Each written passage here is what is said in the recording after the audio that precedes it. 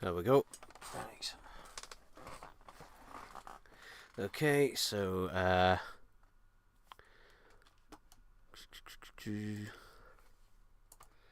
hopefully this is all well and working. Give everything a second and that to hopefully synchronize, but yep, there we go. So it's all live. So yeah, I'll give everyone a minute on that to hopefully get on the stream and that. But yeah, sure. The good news for previous streams is that the very slightly edited version of the Star Beast is actually available on my YouTube channel again. Thankfully, I managed to win against YouTube's copyright on that one. So yeah, basically that one isn't just a static image for 90% of that time. And but this one I'll have to just like switch in between showing basically screen grabs of the episode and then back to this and then back to that, because it's the only way to avoid YouTube's bloody bullshit copyright stuff. So yeah, hopefully this is live and working. But yeah, let me just check that it's working. Hopefully this is live. Okay, so views are coming in. It was frozen before, so yeah, I have mixed feelings on the episode, to say the least. Oh, it seems like kind of jerking around a bit, but yeah. The interesting thing is, I'll have a couple of my friends on. I don't know whether to bring them on immediately or in a minute. I don't know, but I'm kind of like the one who's kind of in the middle-ish. I've got one friend who hates it, one friend who actually liked it, and I'm kind of I'm maybe on the fence a little bit with it. So yeah, we'll just see. But yeah, hopefully everyone's now tuning into this. But yeah, you know what? I'll get them in immediately, because then it saves me repeating myself when I have to tell them what I think as well. So what I'll do is I'll just get them in immediately. Again.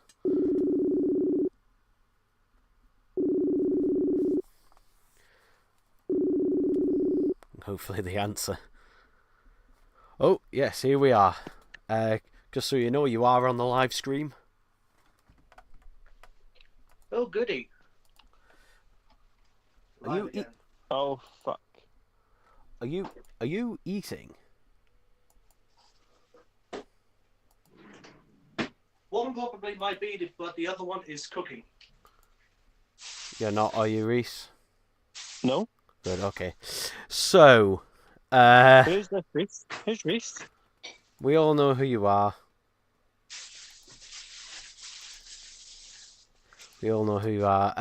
Let's start with a positive. Neil Patrick Harris was great in it. He really looked like he was enjoying himself in the episode. Well, he clearly was, but would you agree with that? I mean, yeah, I can certainly agree. But he's totally underused. Yeah, I did feel like... He literally has about probably like 5 minutes screen time total. Like, I was thinking, you know, towards the end where he starts attacking the unit base, it feels like, okay, that should be, you know, where the story starts kicking off, but no, that's basically around the climax. They've done the whole thing of, we'll take the background out in the trailer so no one knows. But the thing is, in the trailer, they also showed the background of the unit helipad anyway.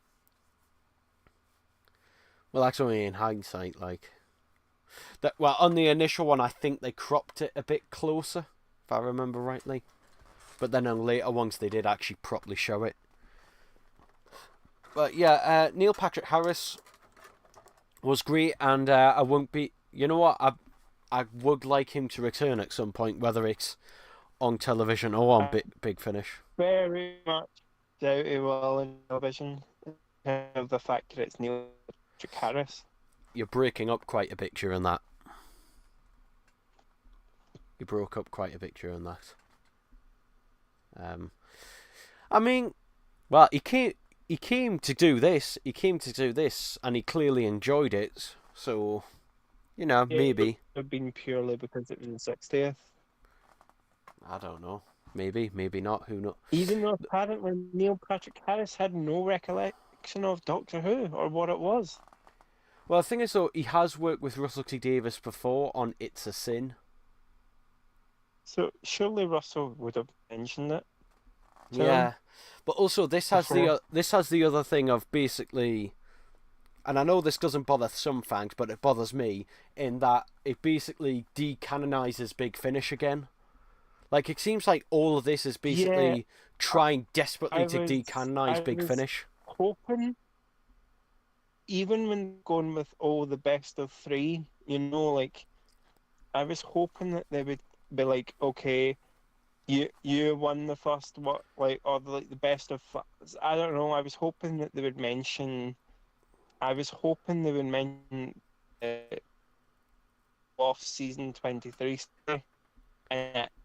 You're breaking up like hell, Reese. You're breaking up like hell. To be honest, I was expecting them not to mention the Nightmare Fair. The thing is, though, there's another big problem in that clearly it's basically very much heavily hinted at that in the Celestial Toymaker, this is not the first time the two of them have met. Yeah, but the Doctor, like, Tennant's Doctor even goes, best of 3, like, there's 2, 1 each. Yeah, but the first Doctor literally says that I battled him before. So it's just like, you know, it doesn't really make sense. It would have made more sense, though, if this was the prequel. Someone's running water. Which one of you is doing that? Yeah, me. I said I'm cooking. Well, you knew you were coming on the stream and you're bloody cooking. Again, Russell brought back this big, mysterious, popular. Well, I say popular, not really. Big thing, made a big thing about bringing this villain from the 60s. Oh, he's never been back, and flushed it down the toilet with basically the toy maker didn't even need to be there. Like, to be honest, when he has the cannon, I thought he was just going to start randomly, you know, shooting people, but like he barely does anything. And also, he could have literally turned the cannon on London. Also, when you think of the toy maker, you think like big elaborate games. The only 2 games he actually plays is bloody cards and catch. That's it. Like, you think big elaborate game set pieces, like, and just why that? He's in 1930 or 1925, I think it is. Yeah. The Doctor travels back, but the Doctor has already met the toy maker before he goes. Yeah.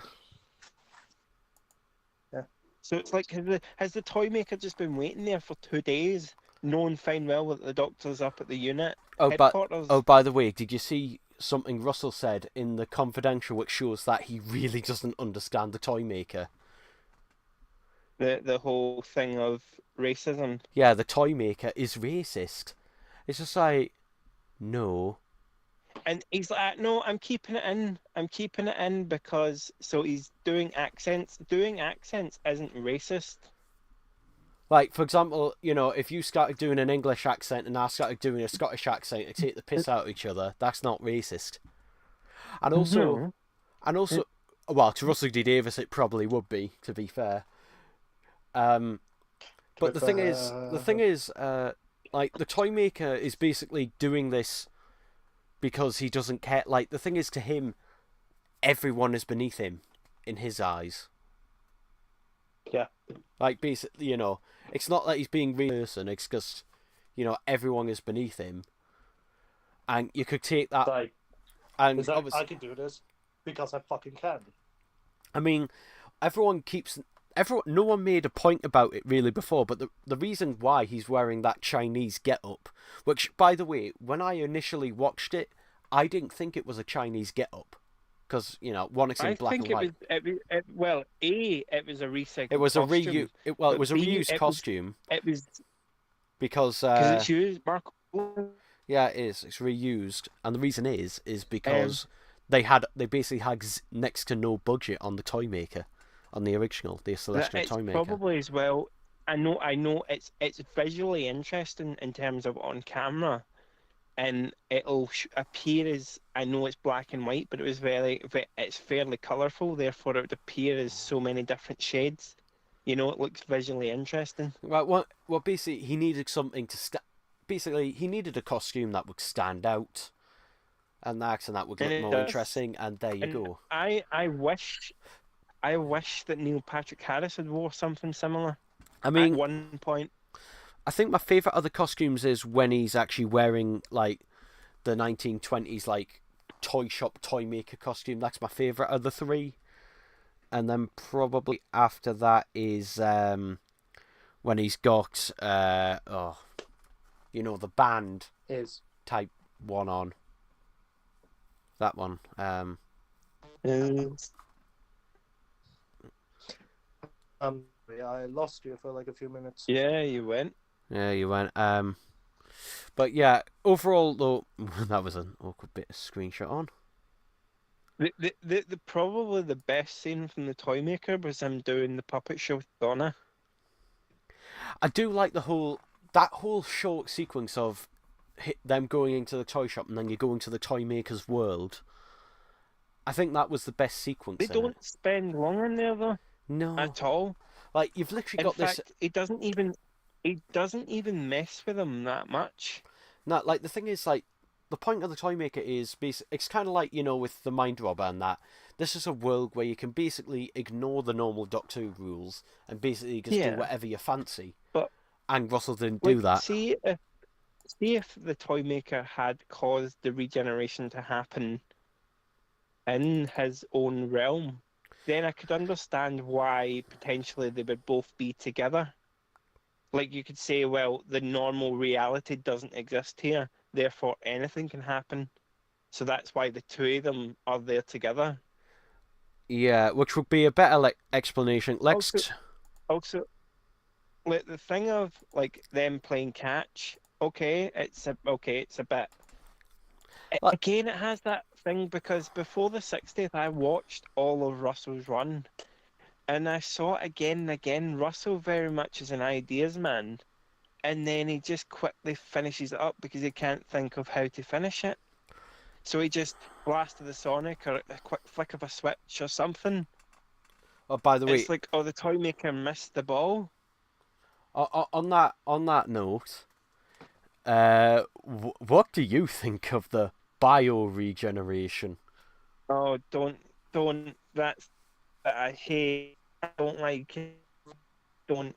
No. We've already got a fucking version of Tennant running about a parallel universe. I know. It's literally basically like the thing is though, like the reason it worked in Journey's End, and it doesn't work here. Because it's not the Doctor. No. He is a meta-crisis Doctor. He doesn't regenerate. He doesn't this. He's purely there to live. He's got one heart. He's this. This is basically Russell doing that again, but he's kind of fucked it. It's like, the Doctor, is he a case of? Is he almost like a copy of him?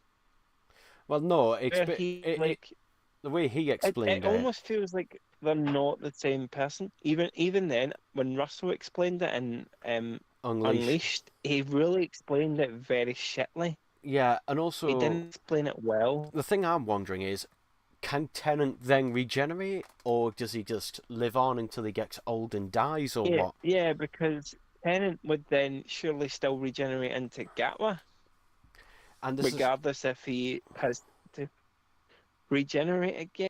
I don't know. It doesn't make sense. I knew they were going to do it, and it pointed more towards that. There was the big rumor that was going to happen, and it was right. It was right because basically they were talking about they were both on set for a day or so, a couple of days, and I mean, that could have been like a case of, oh, they're on set together because they're filming the regeneration scene. I knew as soon as the toy maker had caused the regeneration, I knew we were going to see them Like, together. They were going to do something. and I think the thing is though, in the episode, there's no explanation because the toy maker himself is surprised. Why does it happen? Also, there's no explanation as to why the changed. And why the what changed? The costume changed It didn't change. It split. in terms of It split. no, when he regenerated Oh from yeah. Well, Whitaker. there's no explanation of that. There's no explanation really of why he got that The face only, back. yeah, the only thing is, Duff throws a line like, "Oh, this is Russell doing things," and then he very much just throws a line in, and you think, that'll cover it. It'll be fine. Oh, and Doesn't the fact have that to make sense. and the fact that at the end I as well, get he that gives him another TARDIS as well. But a fucking mallet? Yeah. No. Oh, and also, I oh, noticed how he copies Last of the Time Lords by having the master be in a tooth and Red Finger Lady. yeah. Where the fuck did they come Again, from? That's him reusing ideas. The It's thing- almost as if he's already scraping the bottom of the barrel. The thing is though, initially when that happened, I that do was in the middle of nowhere. I do like the fact we hear Anthony Ainley's laugh. But listen At though, least.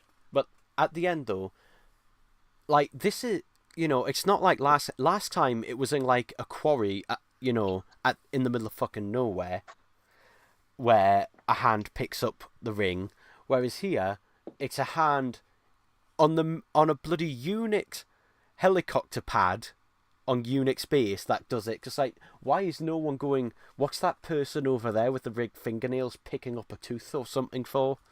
Why are they doing that?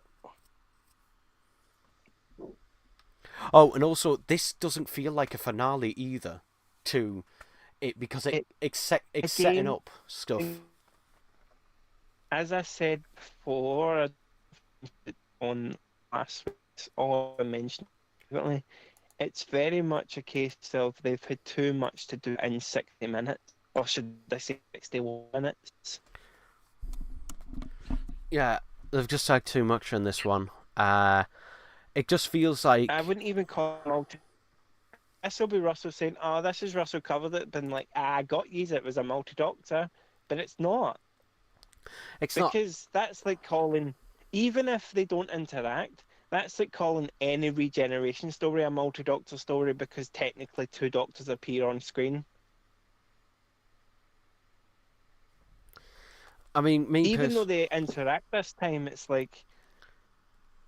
Also, the doctor doesn't usually regenerate ever that quickly. no, between well, bodies. the thing is, I was thinking because like, last time David 11, Tennant 12. regenerated, it's just like, it took another bloody half hour. Whereas this time it's just like, shot, and the plot needs to happen, regenerate there.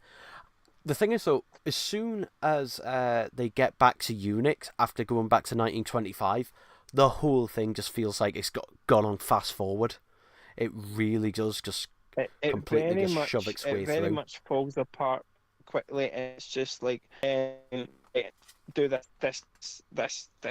and it just this covers that, this vaguely covers that, shove that in, there you go, finished. It's almost as if Russell had like 2 hours had to like submit scripts, and he's like, Yeah.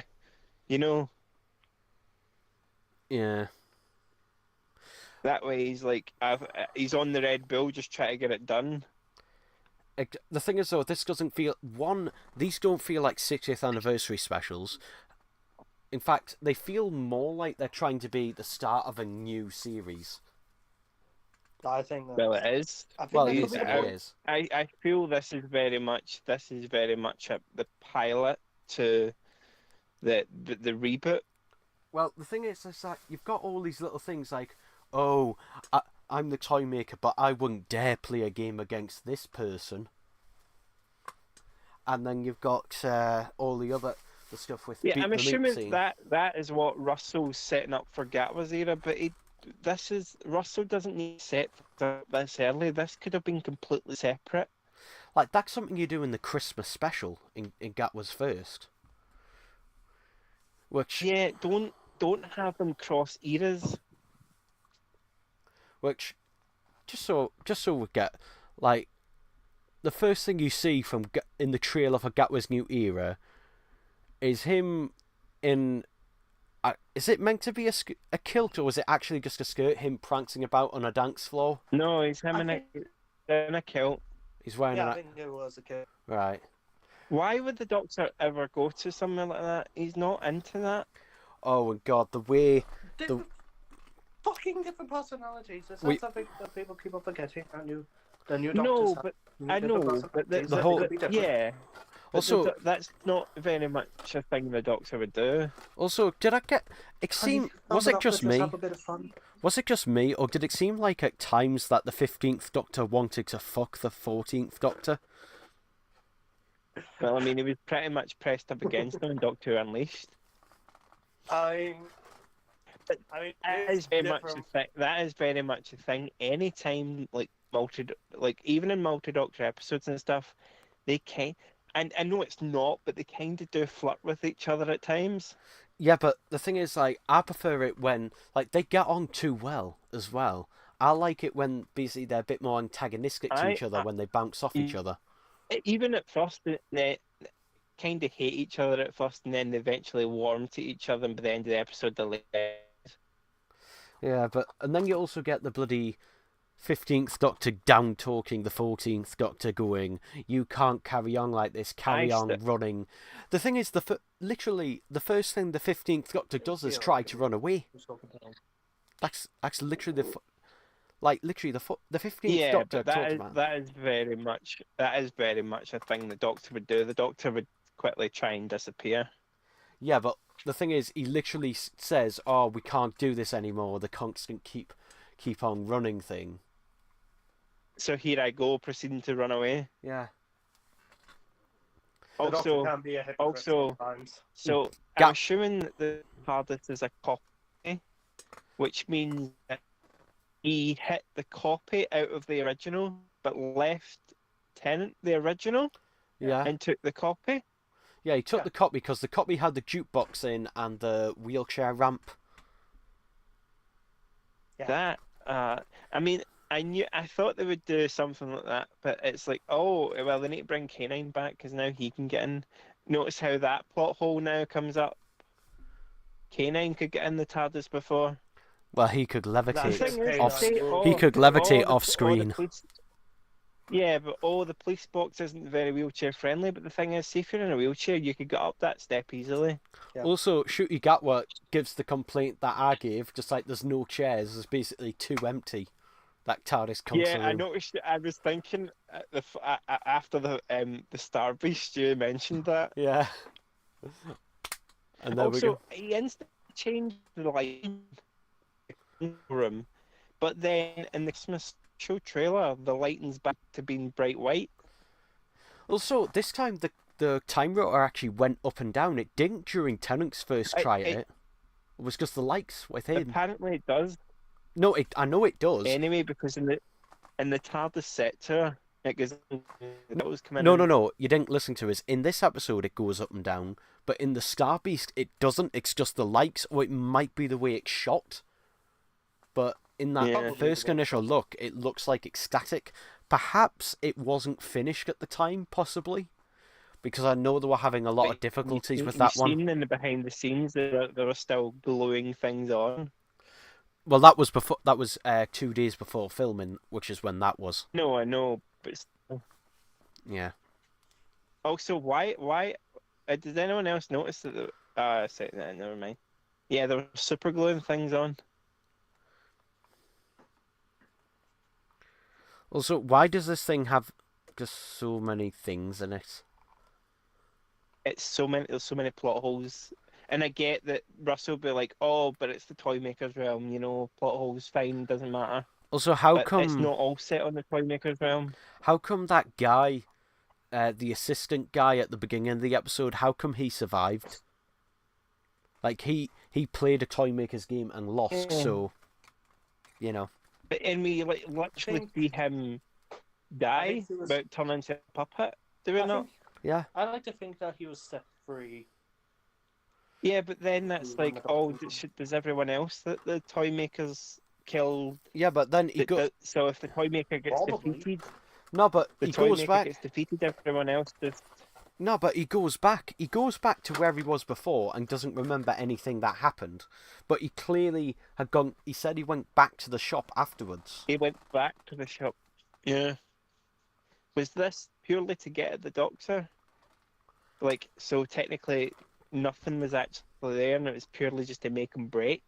I mean, Like, basically, that, basically, how you didn't save me. I think the case because the toy maker was kind of fucking around with the doctor, especially that puppet show. Like, if I was the toy maker, I would have accepted the doctor's offer because the toy maker, that is literally what the toy maker wanted originally, anyway. Well, it's even brought up in the now non-canon sequel, in the Nightmare Fair, that basically the reason the toy maker does all these games is because he's basically alone and got no one to play with. Essentially, all he wants to do is basically Yeah, play but games. And the whole point of the Nightmare Fair as well is he managed to totally cross into our universe to Blackpool without any effort, without the whole Doctor doing the salt thing. Like, the thing is, Russell keeps saying, "Oh, the toy maker's, evil. He's a mass murderer." The thing is, the toy maker's not one of those people who's really evil type. It's almost villains. like he manipulates others, but they end up getting hurt. He doesn't necessarily do it. He will manipulate other things to his will, but that's about it. He doesn't really murder. I mean, I guess he's much of a murderer as Jigsaw's a murderer. I guess. It's very much like a case of, oh well, they die in some of my games. That's not my problem. To be honest, I didn't kill them. I just saw Russell T Davies should have made this episode basically a more family friendly version of a Saw film, except rather than Jigsaw, you have the toy maker. Like, literally, that just writes itself. And even if it had been the Doctor's friends or companions, Donna doesn't like that word, companions. Like, if he had to save them from the toy maker's games, like if they had to save themselves. It was nice seeing Mel again. Oh yeah, it's just like, yeah, but her appearance is basically, "Hello, I'm Mel. I travel with the Doctor." Of course, the two judges meet. Oh, and they make a deal about it. Let's be fair. Oh, if they skip. What would you prefer? Her just standing around. They skipped all the Whittaker companions. Yeah, they skipped all the Whittaker companions. They skipped all of them. Although didn't mention Rory either. They skipped. See if they had made puppets of the Whittaker companions, they would have acted better than the actual actors. Notice they didn't mention Rory again. Yaz. They didn't mention Rory again. Yeah, in fact, I did think he had with companions. You broke up entirely during that, so I don't. Tom, you're breaking up. You're breaking up, so start again. Fuck. I'm saying that I think he did actually bring up the Whittaker companions. He just didn't have anything to say about them. Alright. He did mention the flux. He did mention the flux. He tries to mention this, I think, either to break clearly to break the Doctor and to let Donna know that basically all his companions seem to die. But the thing is, it's again, and the Doctor brings it up, that's manipulating, not he's bending the truth, because he doesn't mention the fact that technically they're all still alive in some shape or form. Also, I mean, the Doctor does call them out on all this. Just to mention, the way the toy maker works in this is completely different. Like, in the original, it's the toy maker that decides the game and decides, when you're playing the game. Whereas here, it's the Doctor who decides what game they're playing and when they're playing it. It's basically opposite. One big, massive, glaring plot hole that I've been on Twitter as well, no one's mentioned, one big massive thing. Now we've seen that the toy maker, even in the real world, can bend everything and manipulate things and manipulate fucking guns to shoot out flower petals and things, Maybe that could be right? the cause of the He double can't catch a generation. ball. So when the ball, so bear in mind that ball has still going to take time to fall to touch the ground because it falls off the unit helipad. The toy maker could have easily caught that ball, even if he'd been, because he can basically teleport in terms of disappear and reappear. He could have easily caught that in the air Well, or down on the ground. The only thing I'll say to that is there is a bit of a wiggle room out of that in that the toy maker has to abide by certain rules when he's playing a game, so maybe that's why. Yeah. So Yeah, but that's like clutching at straws. yeah, but to be honest, you got to take what you can get with this. But yeah, the doctor's allowed to climb up the fucking walls of the helipads and all that and jump off each other. Also, did you hear the bloody really badly put in reused Bernard Cribbing's line, "You go with the doctor"?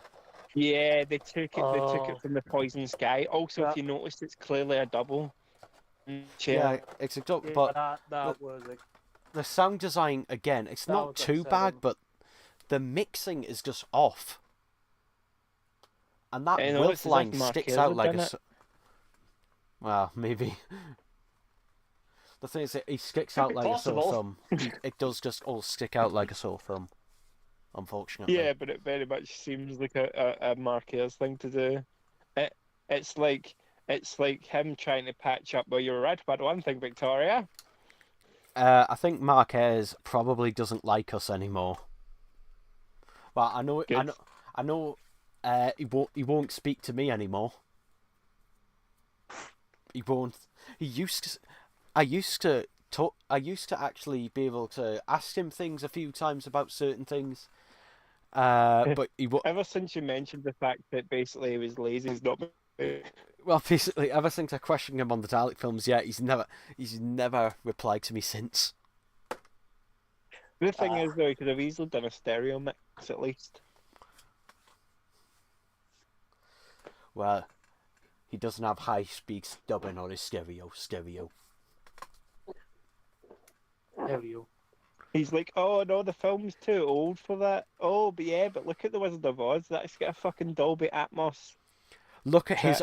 He did a 5.1 on Power of the Daleks, which came out the same year. Yeah, but let's not mention that because It's that's terrible. shit. It's terrible. And it's also a lot of the speakers are flipped on it, so audio that should be coming out of the right channel is coming out of the left channel. Tom, what are you doing? Not But- much. I'm not a fan of the by regeneration. I mean, it won't get me wrong. I do itself is like okay, it's bound to happen at some point. But I would have preferred that if they had then had them, even if they had to separate to defeat the toy maker, and then them merge at the end again. I was Or thinking. like one of them fades away. Yeah, I was thinking when he said, "Oh, you're running on fumes," I thought like he was gonna fade away or something. But Yeah, or even if like that got- previous doctor has to die. I've got a You know? question. I've got a question for you. Do you prefer? God. Okay, which do you hate more, the bioregeneration or the timeless child? It's not bio, it's bi regeneration. Whatever. I keep I'd much rather a bi regeneration. Okay. I hate the timeless I child thing. I keep getting it confused I with think with we can- Ariel Bio Oh, XL gel.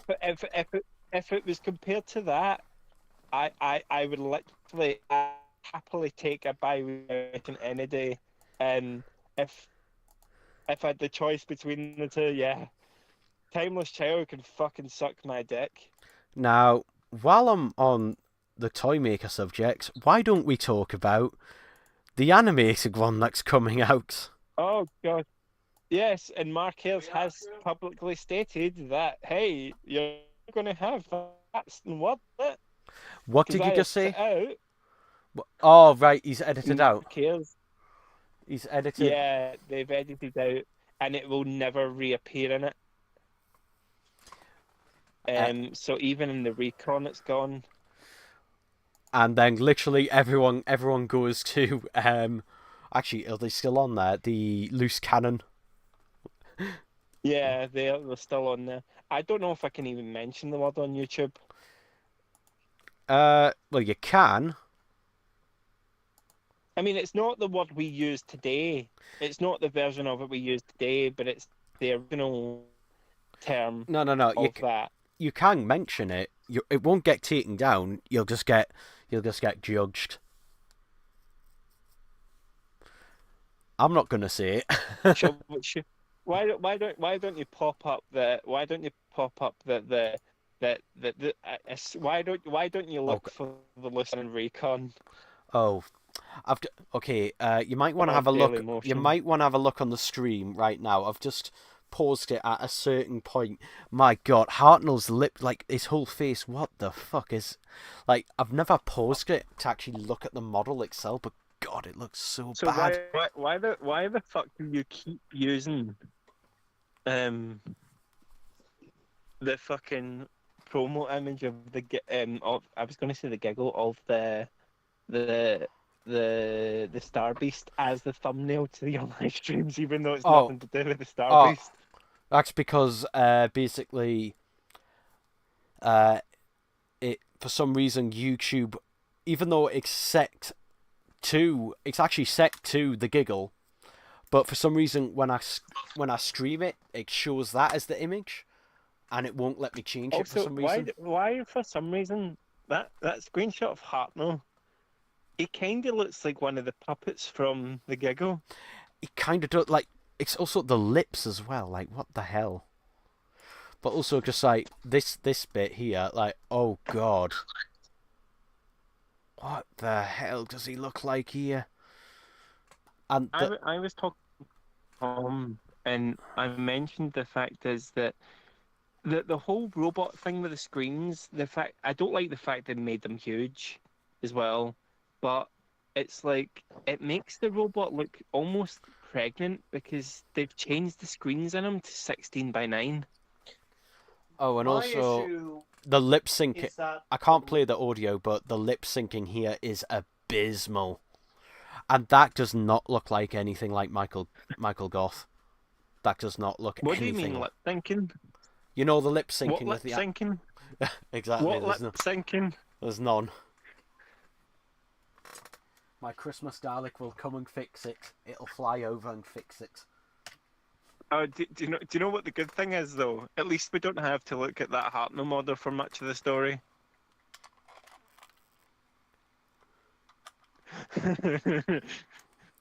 Have to see it for much of the story. I mean, I hope you're right. So most of the stuff in the trailer is from episode 4, which already exists. Like the animation, like the animated animation trailer, most of it's from episode 4. Are you expecting consistency with this? no.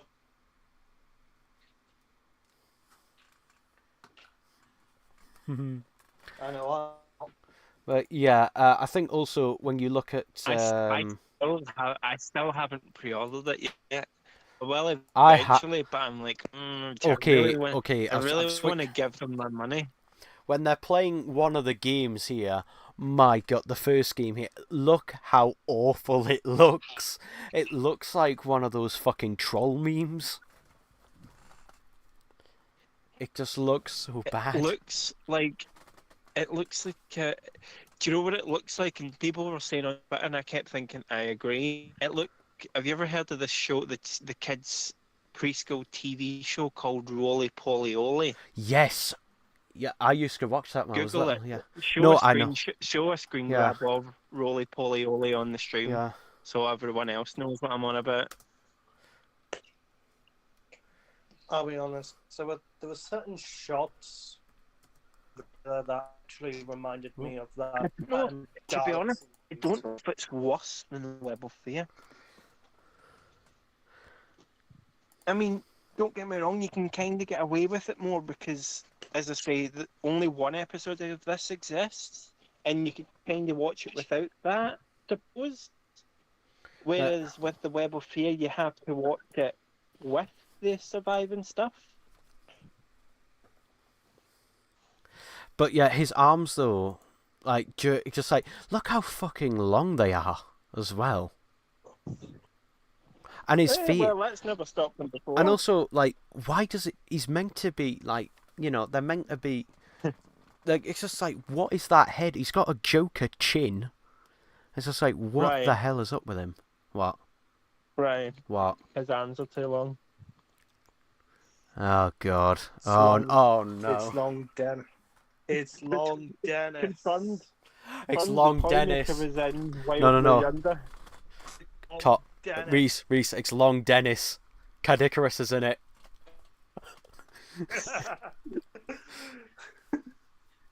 He'll give Also, you a prize in one arm. He'll give Why you a the prize fuck? when Why the the fuck? other will be a wetty Betty. Why the fuck have they changed Cyril to wear shorts in this?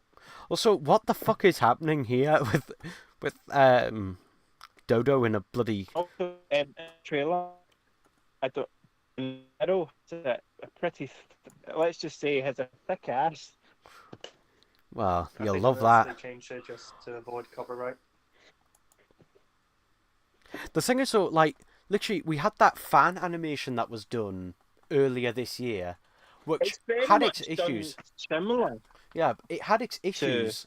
I It did- still don't like the fan one, but I prefer it to that. Like the At fan, least the fan one stuck more true to the story the fan was better, and in also terms of the light. visually. Well, the likenesses were better, the lip syncing was better, Don't and the get me motion wrong, was better. It's tough because we don't have a full set of telesnaps for the toy maker, the Slasher toy maker. Yeah, but we do know what it looked like, and it didn't look like this.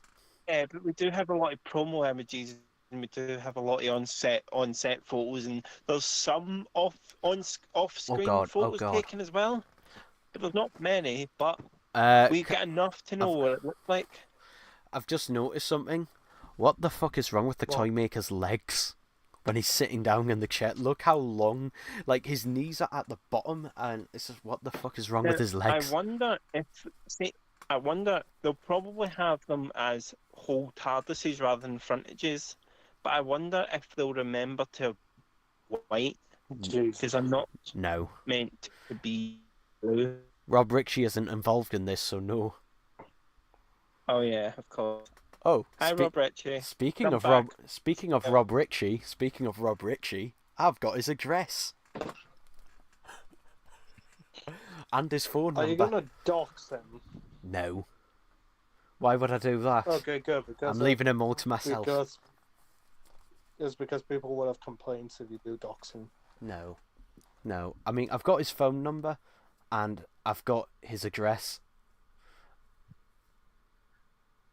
I've never. Talk about Ryan being a stalker. No, but seriously, just like look at his legs in this shot. It doesn't help that. Do you live close to him? Well, he lives in Sunderland. I live in Newcastle, so like, he's not a million miles away. Run, Rob, run! Run, Rob Ritchie, run. Like, if I wanted to, I could get the bus. I could get a train and a bus there. But anyway, let's talk about the toy maker's legs in this bit. Just look at how bad his legs are. Jesus Christ. Just what the hell is up with his legs? This is not how he sits. What they should have done for the animation, they should have get Neil Patrick Harris in to do the motion capture just for fun. I wonder how. We haven't really seen it much in this, but how bad do you think? Do you think we'll have the bloody wheeling arms around again? I've got a feeling you'll probably see like one of the hands fly off. This literally This is very just looks much like the budget one, and Yeah. the thing is, I think I would have put the money, the more money one into this than the Underwater Menace. the Underwater Menace As was much just as I dull. loved Troughton, was just like, you know, the more dull. Like this one needed more of a budget to be creative. Now, I can understand why they may think why you would do the toy maker in 3D animation to make it a bit easier in places. I can understand why with that, but I'd have rather them just save the money and went another year without animations and then them done Dalek's master plan. It's very much a case of if Dalek's master plan gets done, it's going to be the 3D one because it's cheaper.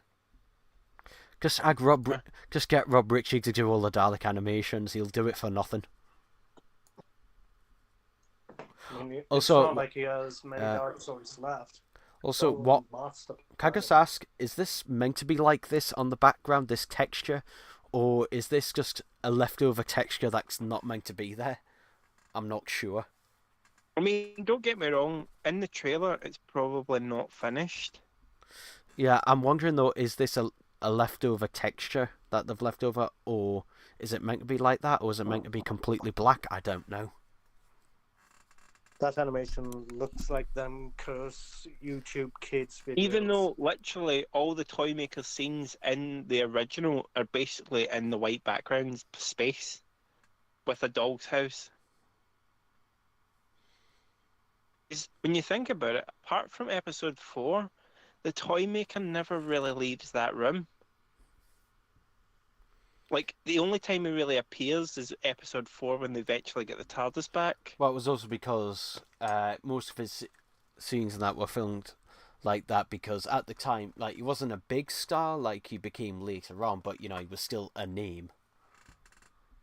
Yeah. So he would be off doing other stuff, so therefore film has... I don't know if all his were shot on film. Or it might be more... No. Well, some of it may have been, but some of it definitely wasn't. Bits in episode 4 No, weren't. I'm talking about like maybe episode 1 to 3 where he's not in them much, and then episode 4 he was in studio, like on video tape. I mean, we've got a clip of him here. Because, like, in the original, a lot of the white space sets might well have been done on like at Ealing on a soundstage. Because you need this vast white empty space. I doubt it. It looks more like videotape. Plus, also remember, this story had a very small budget because John Wiles basically spent all the budget on the Ark previously. So... And also meant to be the last appearance of William Hart as the Doctor. Well, it was a possibility. Originally. It was a possibility. It was never, like, set in stone. And then contracts got renewed, didn't they? Well, it was because, basically... The higher-ups at the BBC basically It was John Wiles who tried to do it, and the higher-up at the time said no, but then he was then later replaced, later on. So the second time when Innes Lloyd asked to do it, he was then given permission. That makes it sound like Hartnell was sacked. Hartnell wasn't. No, he wasn't sacked. He was basically... He was asked, though. Yeah. It was also, though, because of his health decline. I think Hartnell knew it was going to happen soon anyway. He was going to have to give it up. Yeah, well, he said it himself. That he said that he wanted to do 5 years. That's what he regretted. I think though, like Hartnell wouldn't have left if it meant the show was cancelled. I think it's a case of very much them replacing them. No, but It's because they did a smart move in replacing him with Patrick Troughton, an actor he admired. That's why he thought, oh, well, you know, it's going on with someone, you know, he admired and thought, yeah, that's safe hands, and that's Part of me why. likes to think, I wonder if Hartnell ever sat down on a Saturday night to watch Doctor Who with Patrick Troughton. He never mentioned it, Well, at least publicly. But he's I doubt it. done like one interview. There's not much in terms of... one that exists. That's the only one we know that exists. So you know.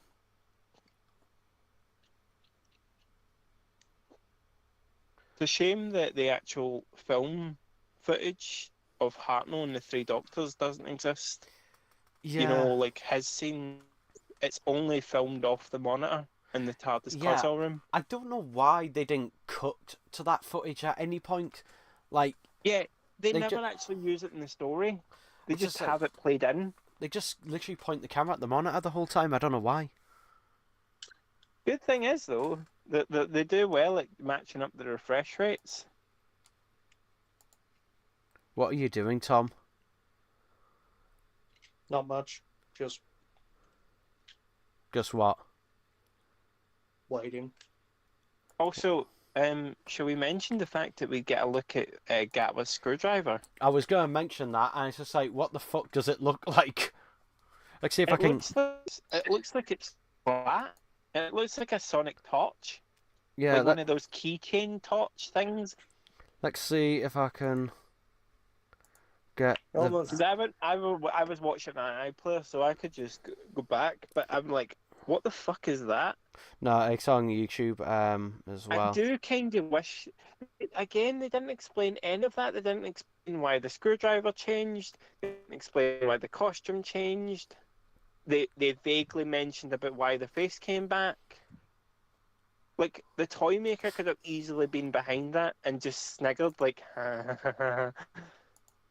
All right, because he knew about Donna Noble. The Sonic. There we go. There's But- the Sonic. There is the Sonic. It The looks. toy maker clearly has been watching the Doctor for ages because he knew about what happened and he knew about Donna. What? It looks like a flat spoon. Like, what the fuck is it? It's In my fact, I'm actually spoon. I'm actually looking at another image of Shooty holding the Sonic. Can you I- screenshot that and put it in the chat so I can see it properly? It looks like a fucking remote. Hang on. Let me. Hold on, let me Oh. send you the photo. On and get the One Company back. We need a Sonic remote. Oh god. No, I'll send it to you privately, Ryan. Hang on. But because I want Reese to suffer. There we go. Oh, it's the Sonic Sky remote. Okay. Right. So Thomas sent me a picture of it, and yeah. What the hell? What the hell is that? It looks. It doesn't look like a Sonic. It looks like an old Mac. It looks like a remote. Like, what the hell is that? Although, somebody's pointed out that maybe it could be a new Sonic Lance. Yeah, but it makes the So Sonic buzzing noise. I take it the 14th Doctor kept the screwdriver. Well, he never gives it Yeah. over to Gatwa. That should have been something they done. But the thing Is is, them hand the screwdriver it over. doesn't look like a screw. It looks more like a scanner or something like that. It doesn't look like a screwdriver. The thing is, as well, like they could have easily. It didn't. They could have easily just have him say, "Do you know what? Maybe you're right, Donna. Maybe I should just live out the rest of my days here." And he just lets Gatwa go away in the TARDIS. So and it he now gives it means up. that this And screwdriver, he gives him the key and the screwdriver. this screwdriver now is one of the shortest lived ones because it's gotten 3 episodes. That's it. I mean, technically, you could say The- it's not the Sonic screwdriver; it's a Sonic Lance, but that only lasts one story. The one Sonic screwdriver that it had unfortunately defeated, of being the shortest lived one, is Capaldi's second. Because that one only had one series and a few specials. That's it. Well, no. Technically, And a cameo appearance at the end of the Technically, series. the shortest lived Sonic is actually the one Troughton dropped in the foam on Fury from the Deep. Because that one didn't even make it a screen. It's the shortest lived.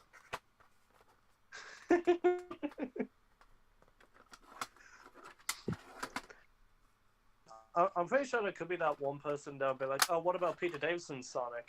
Wasn't that also shortly lived?" Well, that was Tom Well, it was Baker's. Paul Sonic though as well. That was, and it was also technically Still Tom's, Pertwee's. but then again, yeah, it was also Pertwee's. Yeah, It had been modified, but even then, it was painted before Tom left for the. no, it was the opposite. The paint and everything was taken off before. Basically, during season 10 is when they stripped it down to the bare silver, and they added the magnet No, on I'm the saying end. like for between 4 and 5, he's saying. I'm like, it was still it was what everyone deems the Fifth Doctor Sonic look was already there in season 18. And also, they filmed its destruction before Castrovalva, where it's used. So, by that point, it had already technically been destroyed. Well, the effects prop had. Yeah, 'cause it wasn't Castrovalva like Davison's fourth story to actually for him to record. Yes. No, the one thing I found funny after the Sonic Screwdriver's destruction visitation is when it's destroyed, you can clearly see that it's on fire and there's like a massive crack on it. And yet, when they cut back to it later on in the story, it's fucking bent as shit. Yeah, it's bent in that shot. Did you not see it? It bends. That's because it was Also, the effects prop, Tom. I get that they're destroying it, and they've got an effects prop, a plastic one, to blow up. But they drop the Hero Sonic or full on the ground on that concrete. I know they floor. do. I know they do. In fact, let's go to that scene. You can hear it, Glum. Let's go to that scene right now, people. They could have had Davison drop the effects dummy prop. Yeah, but they have him drop the real one, which is not a good thing. I get that they thought, oh, we're not going to use it again, but. Well, the thing is, though, they were going to use it again because they had to use it in Castrovalva because, you know, that one hadn't been filmed yet. That's what I just said. Season 19. At least it was better. It was better used then than just being used like a fucking magic wand. To the Doomsday. Fucking force fields. What did Peter Davison think he was playing? A wizard in that episode? Oh, you're a wizard, Peter. Or is he now?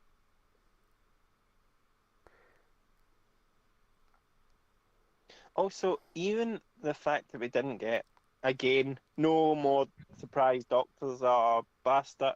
It would have been nice, see, if when the Neil Patrick Harris's toy maker was doing the puppet show. Oh, I keep rather than just the companions appearing. It would have been nice if they had a Matt Smith puppet and a Capaldi puppet. And a fucking Rory puppet.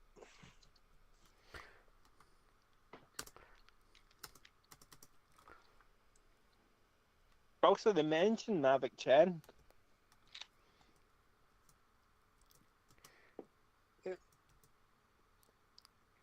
I found it quite weird.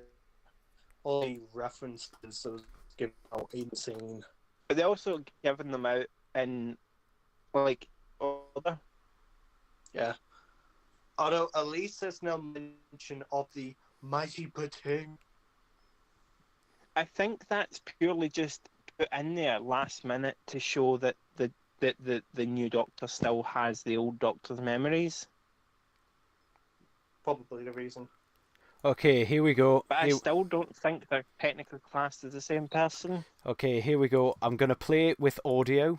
Hopefully it doesn't get copyright striked. Are we ready? Most likely will. Are we ready? Sonic device. What? Ooh, that bang. We can't hear it. Go. You'll have to go on the. You'll have to go on the stream. Oh God, no! You'll have to go on the stream to watch it.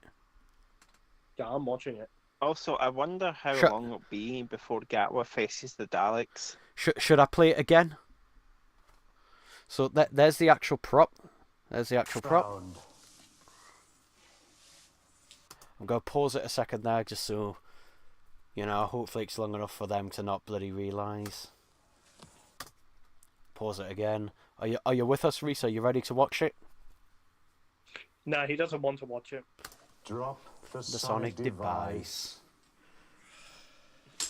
Oh, I wonder that how much bang! damage did the bang cause? Not that much, to be It is honest. metal, It is metal, But so- still, it would have dinged it probably. They would have had to polish it out. Which is probably why it thing looks is- better in the thing- Castrovalva. Well, the thing is also, he drops it emitter downwards, which is not great. Isn't my day. I mean, I mean, you know, you've got a decent, well-made replica, but even that's fragile. Oh, I mean, there to- it is. to be There it. fair, There's be there's fair, the effects there's- prop, which actually it looks quite a lot like the character toy. Actually, the effects one, it's a bit shorter. You can see there, it's a little bit shorter. like I said, when you see it on fire, it doesn't bend at all. No, that's It because just it's made. fell That's because it bends afterwards. Because since it's made of plastic, basically, as one part of it expands, the other part pulls itself in because the fire is burning it. So with me. Yeah, but I mean, I know that because of the prop, yeah, but in universe,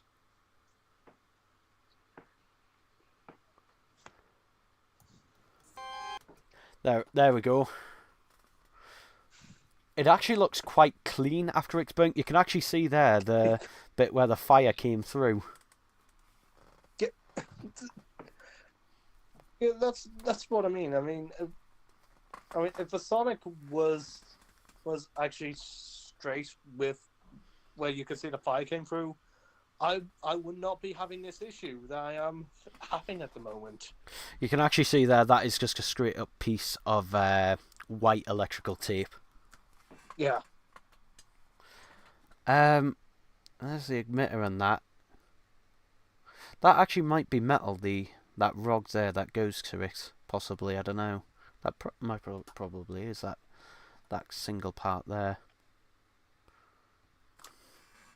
I just love that it's bloody that the whole thing has kind of just devolved into this.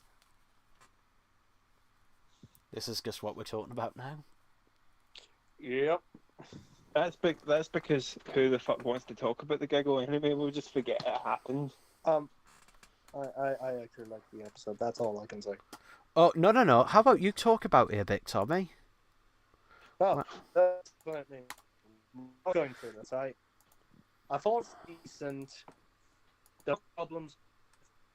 But You're- I'm not saying it's Tom, bad. Tom, you I'm just saying broke it's up very about a much- ton of times during that.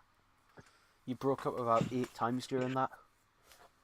It's not Oh, my good. cup of tea, and it's just a bit like they could have done so much with it, and they just underused everything in it.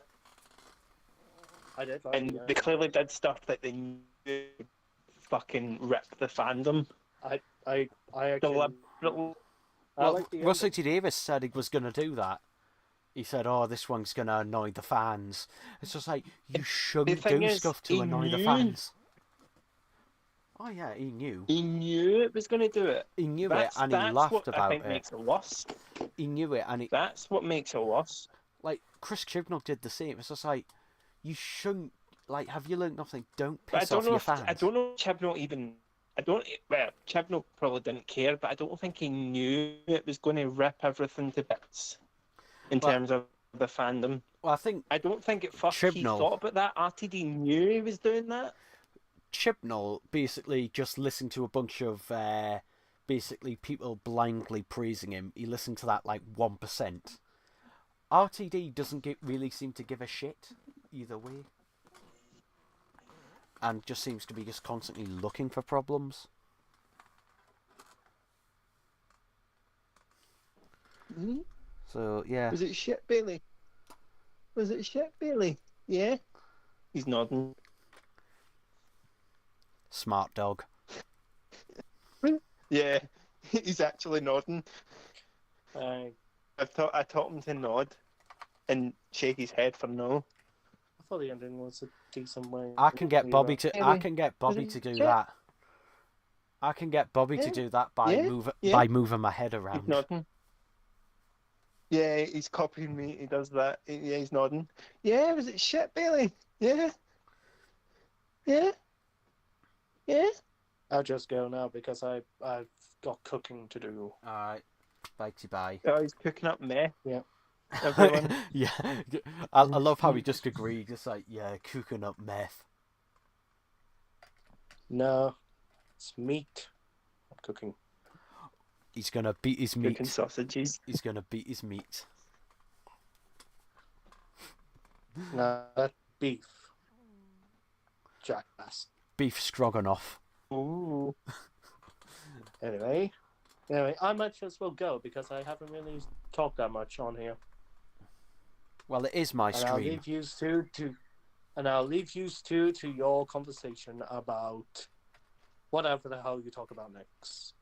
Who knows? Maybe someday people might actually hear my opinion if they actually care enough. You know, you do have your own You can YouTube tell channel. Tom- Bye. He does have his own YouTube You channel. can tell Tom. You can tell Tom is really pissed that we hate it and he doesn't. He's turning into a fucking Jodite.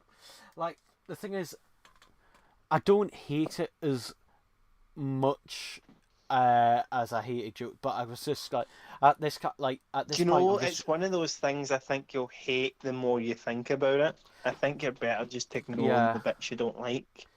I think at this rate, I'm just like, Don't get me. There's Fucking still hell. some good about it. Like Neil Patrick Harris, Yeah. great. Tennant's on. like basically, I enjoyed I hate everything apart from the even last Mel's 15 great, minutes. and that's saying something. She doesn't do a lot, but she's still there. Basically, I enjoyed it up Also, until the last I love how 15 the minutes. doctor's like, fucking great. And I was just waiting on her saying, oh yeah, I was drinking. Just, Like, oh, also they kind of retcon a bit Mel's backstory as well. Savilon Glitz. He gets mentioned. Yeah, where he died at 100. But the thing is, it's just like, Oh yeah, he's dead now. but it's Well, just I mean, like, he is dead anyway, but it's just like, if he died at 100, then how old is she? and You they know. finally acknowledged that Sarah Jane Smith has died in universe. Well, apparently, At Farewell least in Sarah the Jane actual is series 7. itself. Yeah, but apparently Farewell Sarah Jane is canon. Well, Russell T Davis is here it is. But I'm talking about in terms of actual on the show. Yeah. They finally mention it. Well, the thing is it really canon because look at Power of the Doctor in terms of what Ace and Tegan are doing. It doesn't really work. You haven't listened to Rani Takes on the World, have you? That Big Finish? Yeah. No, I haven't yet. It's decent actually. I've not totally bought it legally. I've not even pirated it either. Well, you can get it off me.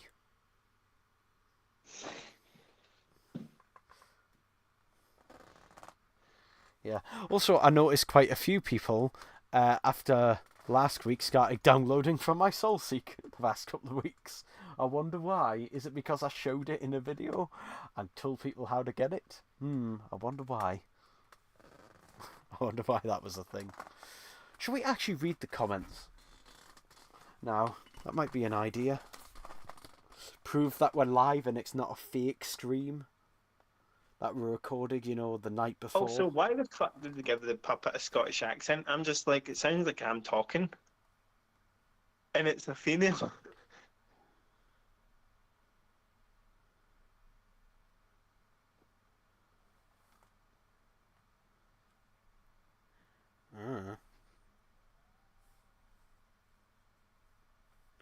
I don't know.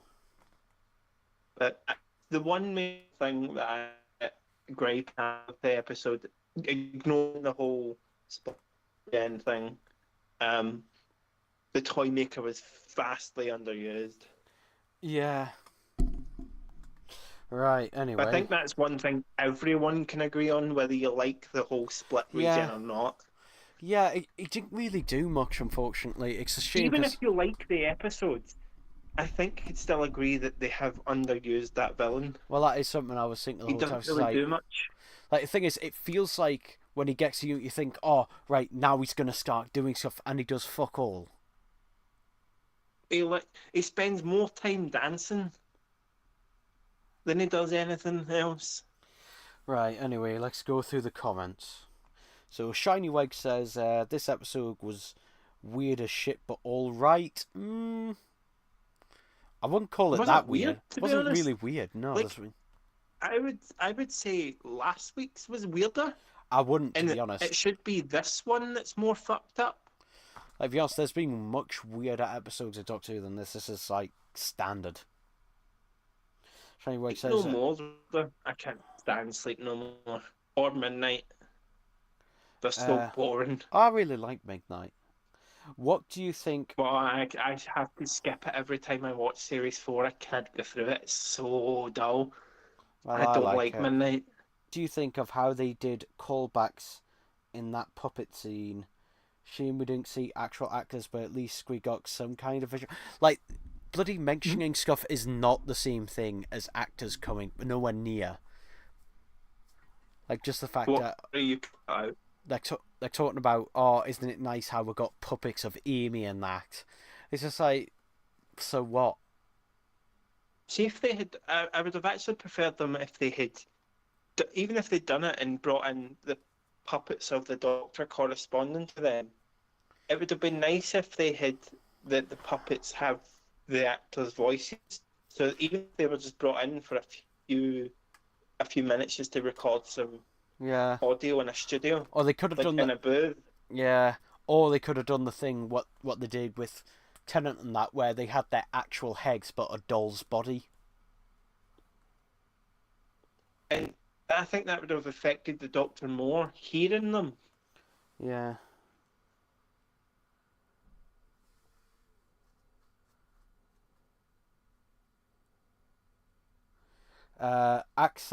Shiny Weg says accents are xenophobic but not racist. Like, xenophobia is talking the piss out straight out of cultures, not Yeah. Yeah, I think this is very much a case of, the whole thing with in the first special where the whole non-binary thing. I think this is Russell, like, he takes this topic, makes a story out of it, but then doesn't actually understand the topic. So, like, the whole thing is, oh, non-binary, but technically she's not non-binary, she's transgender because she's transitioned from one gender to another. She's transginger. No gender. She's transginger. She was originally ginger, now she's not ginger anymore. She dyed her hair. The split regeneration was just Mel and Donna existing in the same space. Russell's ignorance is a bit worrying, says Shiny Wedge. Album27 says, I'm so confused, lol.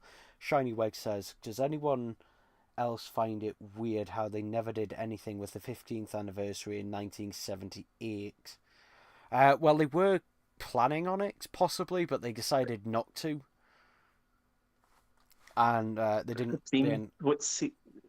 That's season 15. Yeah, they go back to Gallifrey. Oh, sorry, no, season 16, is the actual year of the 15th anniversary. It's Stones of Blood that basically lies on that. They had a cake.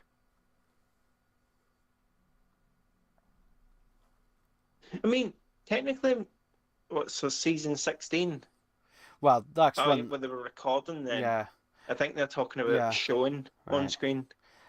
Shiny Wedge says was shown then. The animation looks like a YouTube Kids video. To be honest, it looks worse than that. It looks worse. It looks worse. Yeah. It looks worse. And believe me, those YouTube Kids videos look shit. Pardon me. The general says hello there. I think I prefer the animation to Baby Shark than I do the Celestial Toymaker. Oh god, I fucking hate Baby Shark. Also, I don't know if anyone's seen on X or Twitter. X just makes it sound like a porn website. Anyway, Ian Levine was he cropped the screenshots from the animation trailer to 4x3 and black and white in them and put them next to the screenshots from his animation and went, which one's better? The thing is, A, the screenshots. That's a difficult B, one. Because, you know, at least I'll give it this. At least there's movement in that one. His there fucking isn't. also, some a lot of people have said that it's like you've not really released enough for us to judge it, and also the fact is you're judging two completely different stories done by two completely different teams. And then someone commented saying, "Well, at least I don't have to pay £100 to see one." Shiny Wedge says RTD's attitude has reminded me a ton of Aldrar, like arrogance and won't listen to fan problems. Aldrar just doesn't listen to anyone, problems or not. Like, he didn't listen to B&M, where they said, look, 3-packs aren't selling well, but Daleks are. You know. He's still done a 3-pack regardless. Well, he kind of weasels his way and just say, oh, I want to do 3-packs, and they go, all right, do one, and that isn't selling. I'm surprised it hasn't gone on sale yet, though I imagine it will either just before Christmas or just after. Will you buy more Daleks? If the Daleks go on sale, I will. And the skill. Think I'll buy more? I'm surprised you haven't already. I only have 12 of each. 12 of each. in the series. No, yeah. I only have 4 Remembrance sets and 3 empty Remembrance set boxes. You've got my Dalek, which you need to... Seriously, I'm not joking. Like, seriously, you promised us it before Christmas. Here we go. No, not here we go. Come on. I've just bought you stuff. Yeah, and I bought you stuff over a month ago. Oh, fair point, actually. You can't go, oh, I bought you stuff when I bought you stuff first. Well, I bought you several things and you've had to send them fucking back. I'm hoping this vinyl arrives fine. It's the a one cassette. from Railways. Oh, well, it's Rarewaves though, so if it doesn't, they'll send us another. Plus, that one's brand new. I still haven't had a reply from my Celestial Toymaker vinyl. Typical, we buy them and then we announce the animation. I haven't had a message back from that guy who was selling the Switch. Oh, no. No. Probably because it's also near Christmas. I'm surprised it's not gone anyway. It's probably gone. Shiny Wedge says, I reckon with Moffat there's at least enough good episodes to make a best of compilation Blu-ray. That's not going to happen, by the way. Or something with Jodie. Well, no Jodie. That's not in a best of compilation ever. I'm surprised they haven't announced repackages of... Well, they're going to. The other new series sets. They are. They're just going to... Basically, for those who don't know, I don't know about the DVDs, but the current Blu-rays are going to go out of print. As in the last time they revised them. And are going to be replaced by the new remastered Series 1 to 4, and then they're just going to do the complete Max Smith era and then complete Peter Capaldi era and so on. I was going to say, I'll maybe at some point when they're really reduced, I might get the Jodie Whittaker one, but I already have them because of the rentals. Dalek, wait, why is Tom in the chat? It's because we pissed him off, because he likes the episode. He said, I'm pissed that you both don't like it. Yeah, Dalek Apocalypse is Tom, by the way. So, the thing is, we're entitled to our own opinions. Well, the thing is, the only opinion that really matters here is mine. Is mine. Is mine. It's my stream. Mine. It's my stream. It's my stream, my channel, my opinion. My opinion is the only one that matters on this channel. Send gifts of all the seagulls and Finding Nemo. Harris 12348. Soulseek is illegal, breaking the law. Technically, actually, it isn't. It's in a loophole. It's in a legal loophole. It is a legal loophole because the thing is, so sharing what Soulseek is. It's a file sharing client, The thing And is, that though, isn't illegal. sharing files is not illegal. Sharing files It is not. depends what you're sharing. It depends what the content is. It depends what the content is. So yeah. Actually, that makes it sound really bad. It's not like that. But also, just to say, piracy, unfortunately, it has to exist because The thing is, though, they're causing us to cause piracy. Like, well, see if they were just to release everything and look at give us streaming Blu-rays service. of things and all that, we wouldn't have to go pirating things off websites. Look at every streaming service. Like, I bring this up quite late, but Final Space, you can't watch that.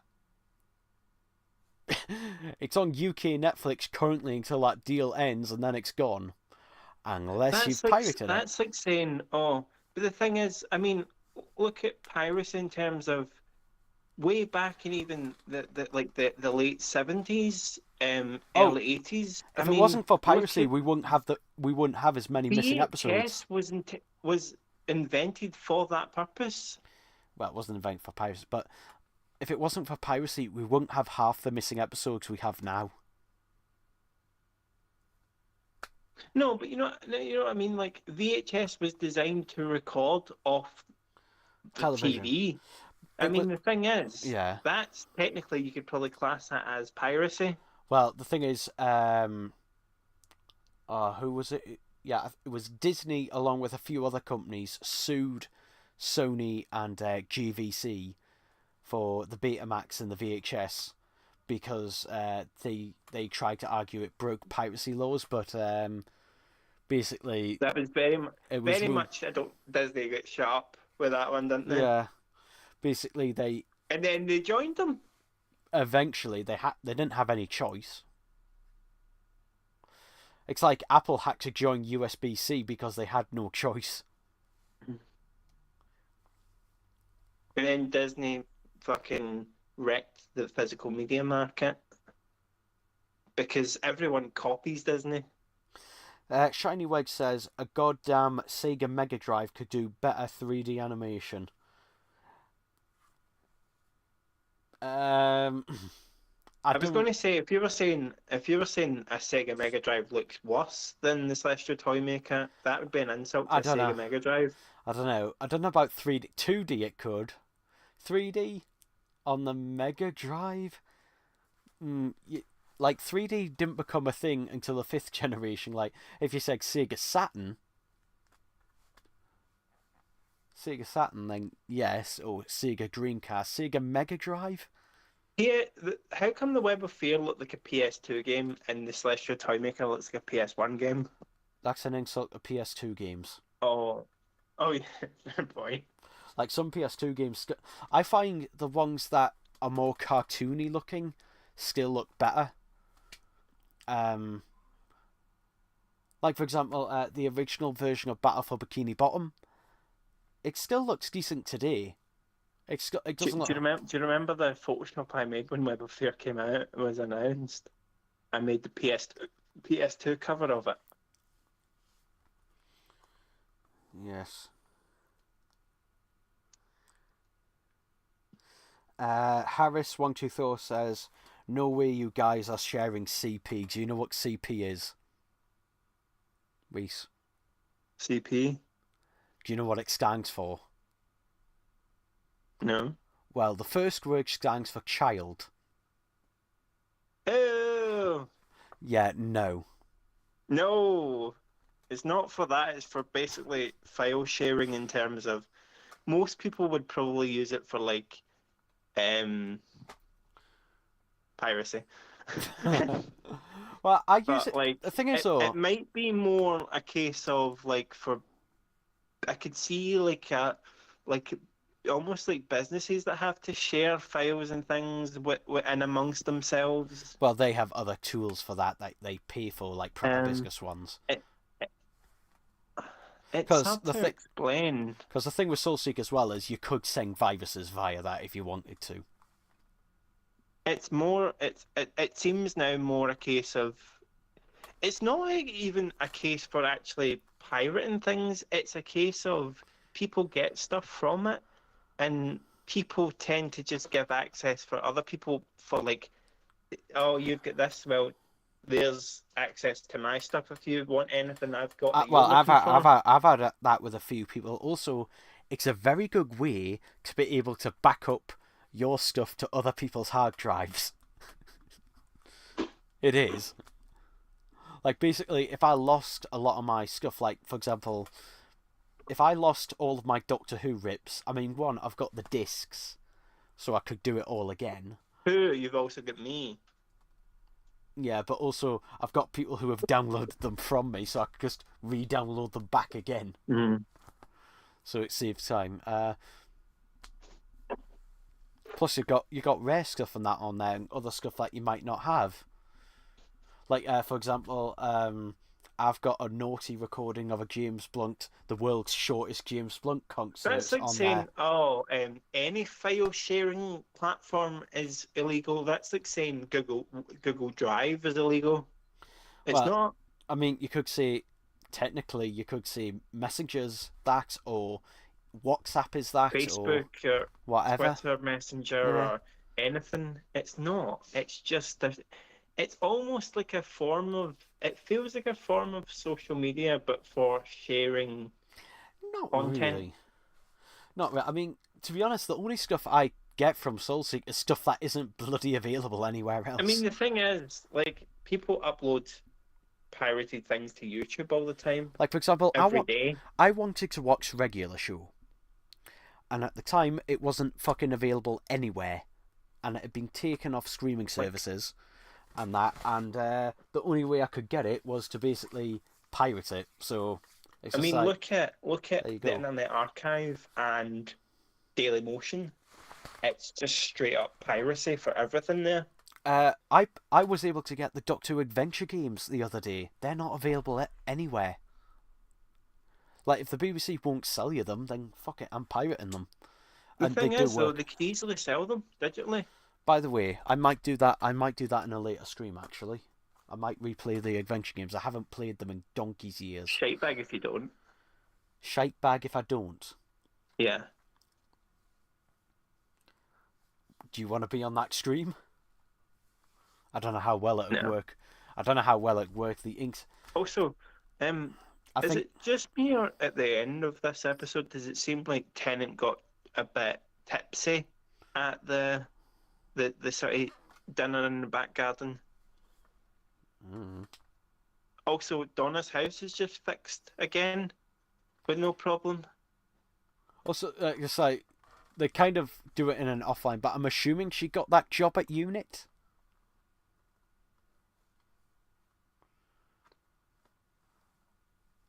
Although then I'm again, assuming it's, it has although, been. It has how been. is that going to work when? Because we know that like they meet Mel and Kate Stewart again Yeah. Also, in season 1. I mean, the only thing you can say is that this episode takes place X amount of time after the Scar Beast. We don't know how long it takes place in between, but we do know it does take. A day or two, Oh. because they mention it at the end of at the end of Wild Blue Yonder that we drifted about a day or two, and that's why Wolf is there. Wilf the MILF.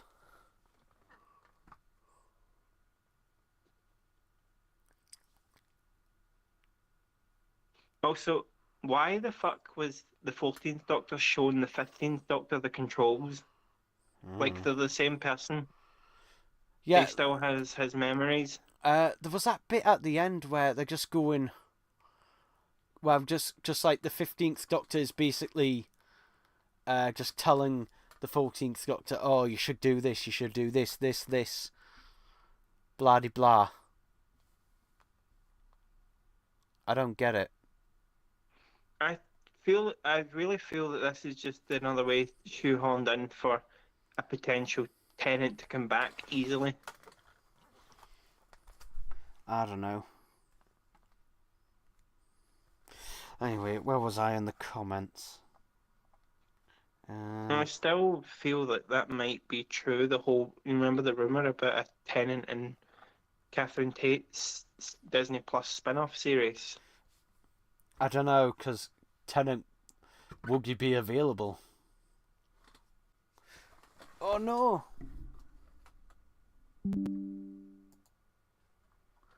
Bloody hell.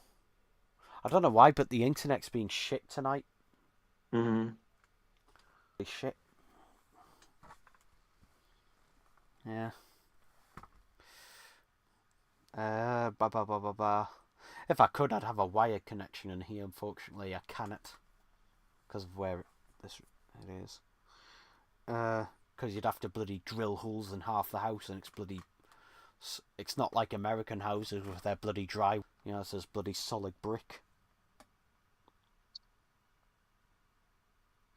Shiny Weg says, Harris, bro, piracy is fine. I got tons of Dreamcast and Also, Saturn I wonder ROMs. if that Ryan, I wonder if that jukebox has the Back for Goods 7-inch vinyl. It probably doesn't have it. It's probably not even a real jukebox, proper one. I'm assuming that's the whole thing of, like, I know the 15th Doctor's theme, but I'm assuming it's meant to be as if it's coming from the jukebox. Apparently every episode is going to have a musical in it, which I'm just like, oh, for fuck's sake. Shiny Weg says, I also still use YouTube MP3 converters. Don't. If you can, like, I know some stuff you can only get on YouTube, but, like, you know, get the FLAC files from somewhere else, or use a YouTube to FLAC but even converter. if you have to, don't convert it to MP. Don't then compress it again from YouTube as an MP3. Well, sometimes, yeah. Don't get ripped off by shitty streaming ass services, who also sent it. Also, yeah. Me proceeds to pirate off streaming services. I mean, my software I use isn't illegal. It's designed to be able to download and watch content before the streaming services remove it. So, Well, like, if you've got catch up and you don't have time to watch it when it's available.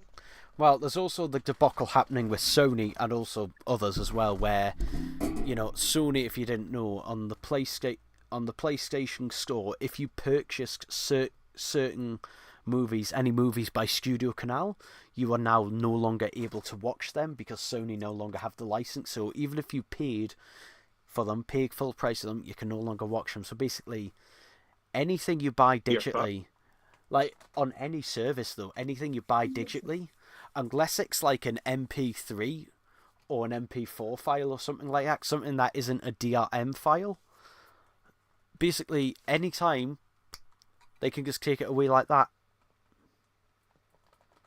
So that's why, for example, even though I've got Netflix, I still basically pirate everything from Netflix I want, because I know that it could go in an instant. That's why I've got Wednesday, BoJack Horseman.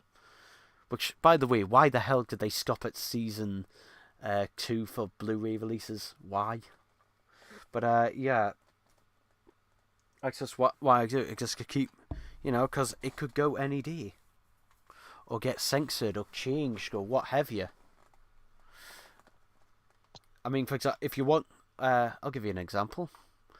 I mean, I can give you an example of something being changed, which I noticed recently because it was obviously changed on the radio and every other version. So the and Adventuring Space and Time's changed. Yeah. Yeah. Also, the song "Fairy Tale of New York" was changed recently to get the should we say. Get rid of the. Sorry, you cut out there at the end bit. Get rid of the F word, not fuck. We can say that word. Right. The whole cheap, lousy faggot words. They get rid of that and replaced it with I think it's you're old and you're hackett. They changed it to. Now, the thing is, anything that appears in media has also been changed, so they've had to go back and record lines with cast and stuff. It's like, try and find the Michael Jackson version the Michael Jackson episode of The Simpsons Now, without one pirating thing it. You can't. with yeah, Unless you one find an thing out-of-print I DVD, you can't find it yeah legally. I have with that fairy tale in New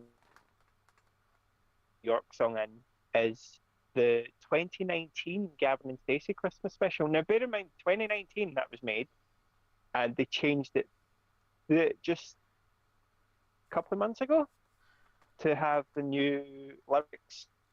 Although they had to re-record it with Rob Brydon and dub it over, but they found everyone like when Rob Brydon sings that line, and obviously it's now the new lyrics, but they still react as if he's saying the other words, which doesn't make a lot of sense. But like the thing is, all the streaming versions of that now have changed, but like they can't change the original DVD release. Annoyingly, they've released the rest of Gavin and Stacey on Blu-ray, bar the only one that's in HD. They released it on DVD, but I have a digital file of the original before it was changed anyway, because I got it on Amazon before it got changed. And it's like you can't see that anymore. I mean, the version on iPlayer as well has been changed. The only way to see that now is either on my SoulSeek or watch the original DVD, which is out of print and been replaced by a new one. Or it might not have even been replaced, it might just be out of print. No. So it's like they change things all the time. I'm wondering if future pressings of An Adventure in Space and Time is going to have Gatwa in it instead. Also, they'll have to, because they'll change. They had to cut out things of mentioning the tribe of Gum. The tribe of Gum. Well, I don't know. They literally say the words the tribe of Gum in still the edited version. I don't know. They literally still. I love the fact they kept the scene of them throwing the script in the bin. All I know is I've got that. I thankfully have it on Blu-ray. So do you, Reese? So do I. And also now you're able to download the stuff off the specials. I also have the pirated version from Bitbox, which is still the original, and I have the new version pirated from iPlayer. So I have all the versions. And also now you have PAL HD versions of Dreamland. Yeah. And The Wedding of Sarah Jane Smith. I mean, technically I had them anyway because I pirated them off iPlayer. Yeah, but these are better. Plus, you don't have the BBC logo in the corner. And yeah. Also, I did have the NTSC versions. Yeah, but these are the proper PAL versions. That in conversation with David Tennant as well in PAL, but technically I don't even think it was recorded in a specific region thing. Don't know if... It was probably recorded in PAL. It most likely was.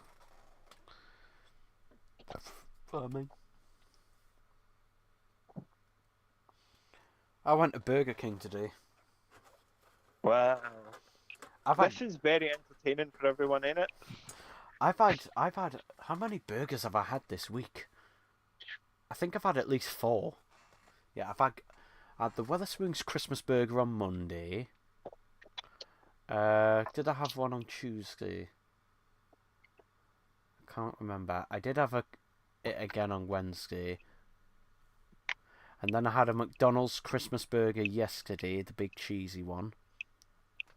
The big cheese. Yeah. The big cheese. Then I had today I had the Burger King steakhouse burger thing, their new limited one. I can't remember what it's called. It was actually quite nice because their Whoppers have gotten shit recently. Too much salad, not enough burger. Like it's nothing but bloody onions and crap. Now stop eating fucking burgers. Like, when I bite into a burger, I want, I want a decent amount of meat in my mouth. And I said that, and I know you were going to make jokes about it. Oh. God.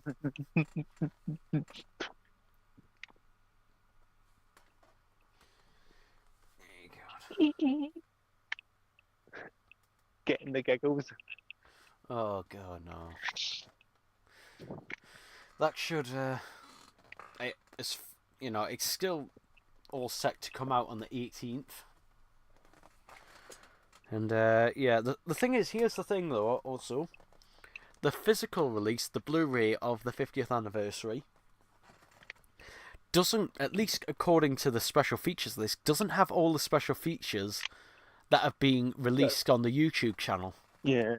I mean, they could have released those 3 episodes of the Doctor Who podcast as well on that. And people no mentioning the children in need either.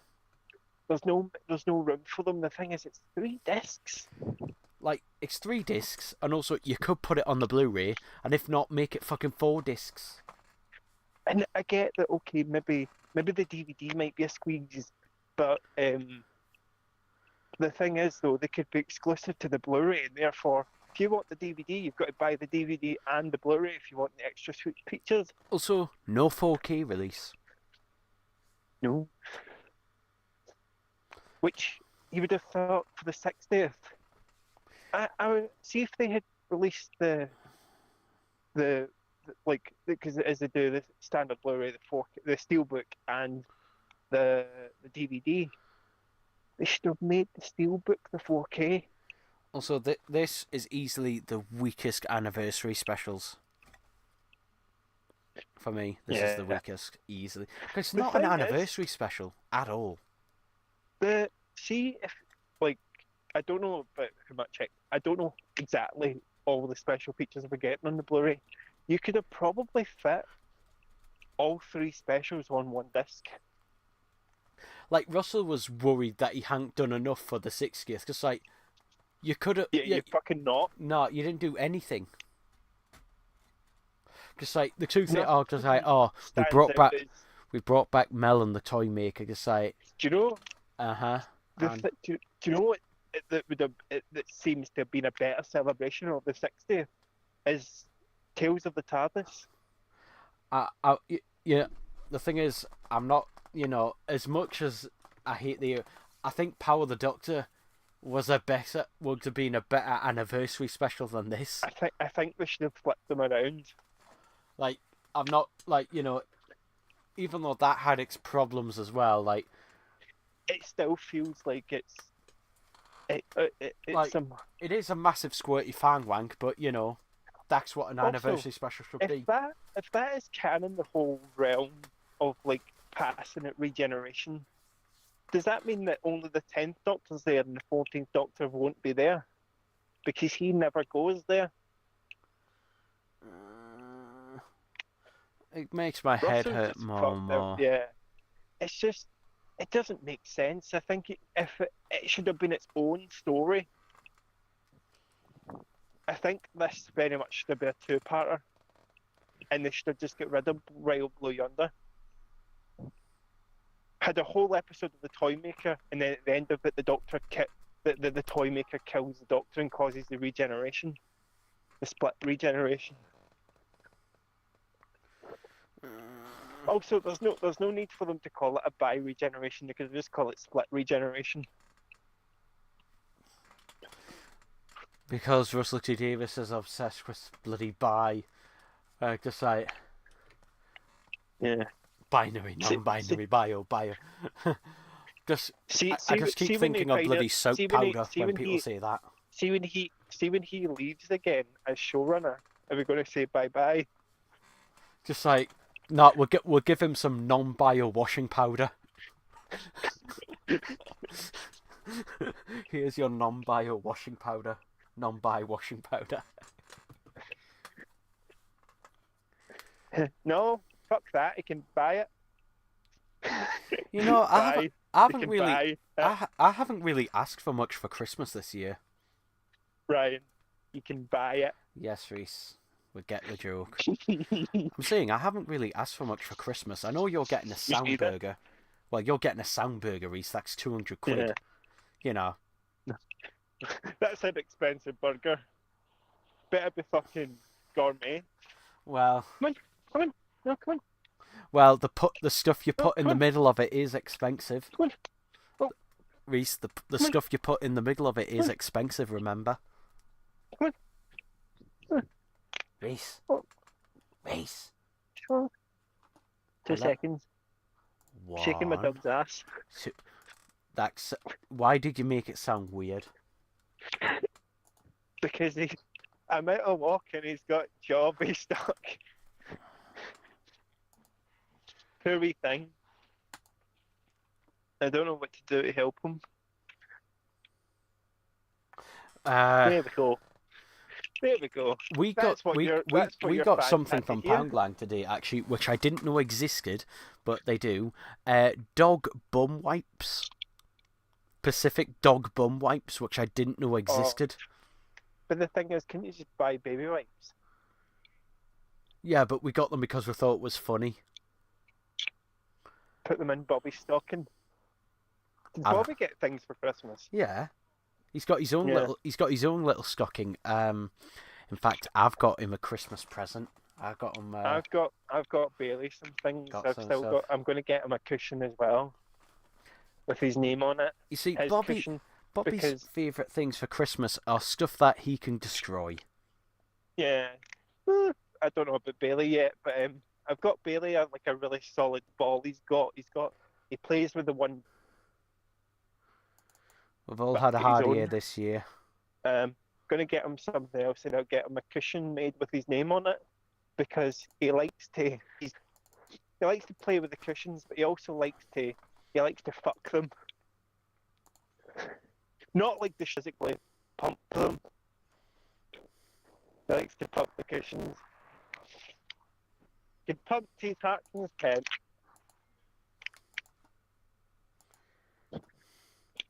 Rumpy pumpy poo. It's better than pumping my leg.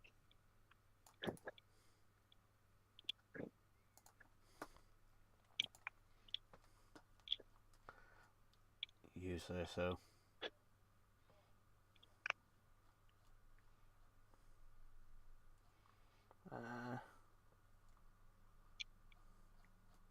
I wonder when they put Gapper on the end of every YouTube video for the channel. I imagine either from the next video they do or the Christmas special onwards, possibly. I don't know.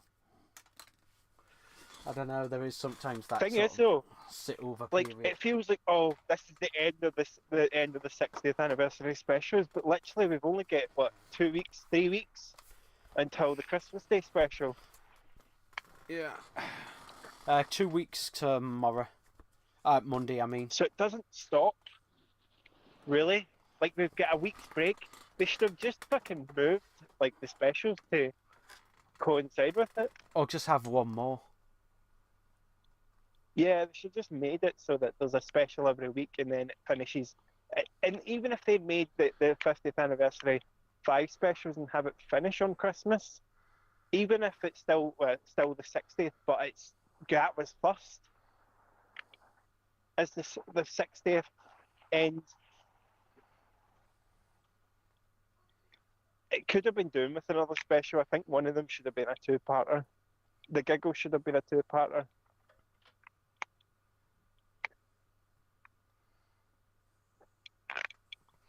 Giggly wiggly.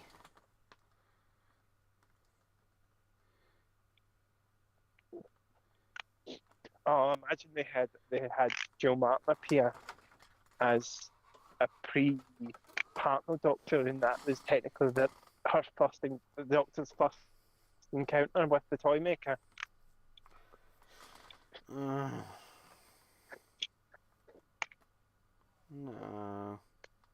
No.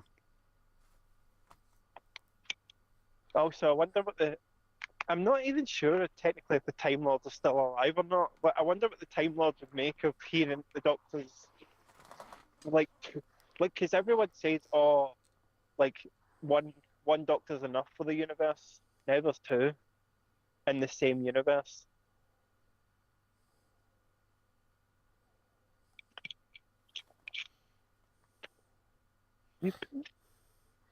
I just like my brain fucking hurts. Are you shitting? Are you? I can't tell. I couldn't tell if he was doing a jobby again. Sorry.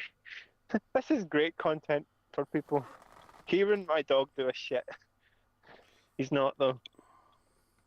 I was going to say, I couldn't really hear it anyhow. Oh, I'm just passing out a sign that of a street called Glen Banks Road, named after David Banks' brother.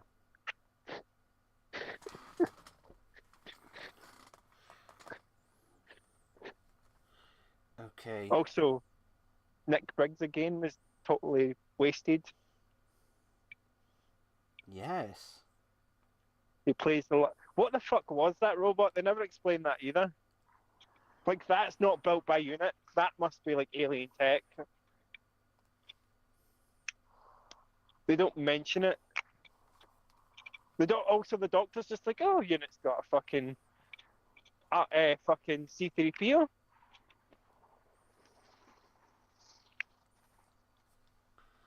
This is very much RTD trying to make it like Star Wars and Star Trek and all that, like right up there with all these big American budget things, with all these really, really, really sci-fi shit.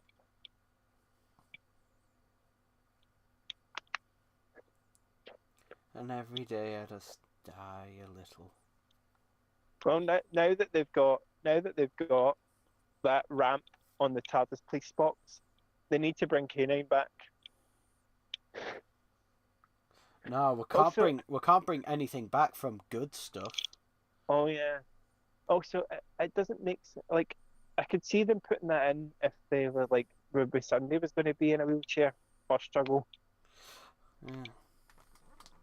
Just put a chick in it and make her gay. Also, Osgood's never mentioned. What happened to her? Or what happened to the two of them?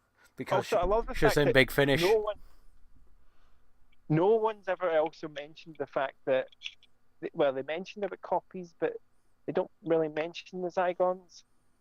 Like, half the population are Zygons.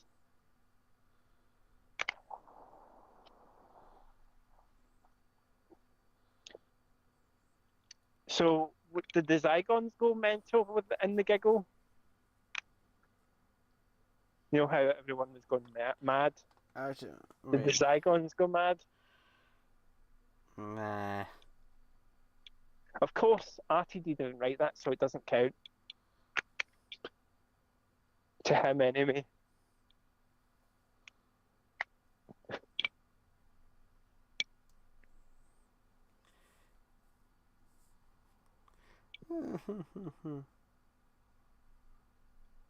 Yeah.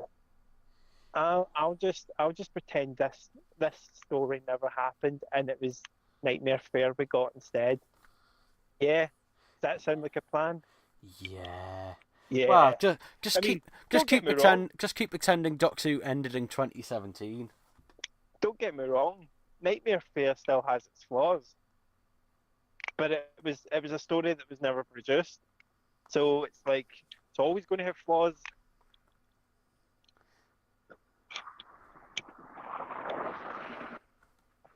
I just wish it had been made so I can see it at Blackpool Pleasure Beach. Shiny Wig says, well, I mean, Colin Baker was still there. He still went and opened the Space Mountain, right. Shiny Wig says, also, if you can literally have a rip of disc-based games, there is literally no way of preventing that. That's not illegal. Ripping discs is not illegal, by the way.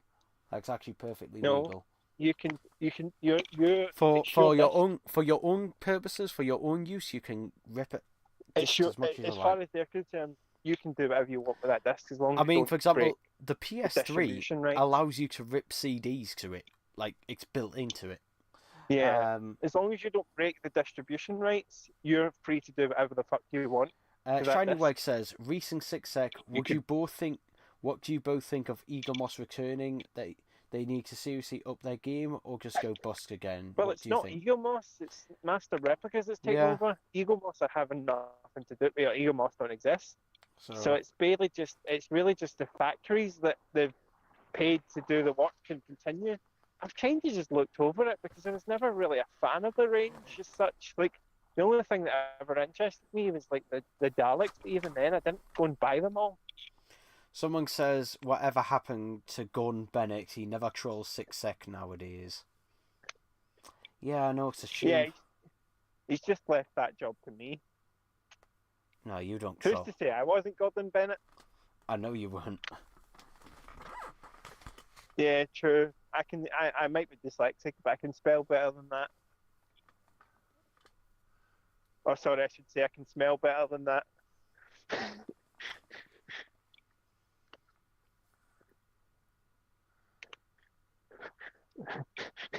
If I was Neil Patrick Harris trying to read the lines, it'd be worldwide premiere in.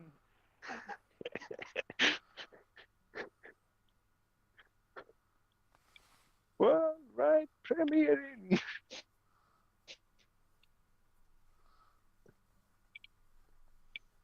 Neil Patrick Haggis.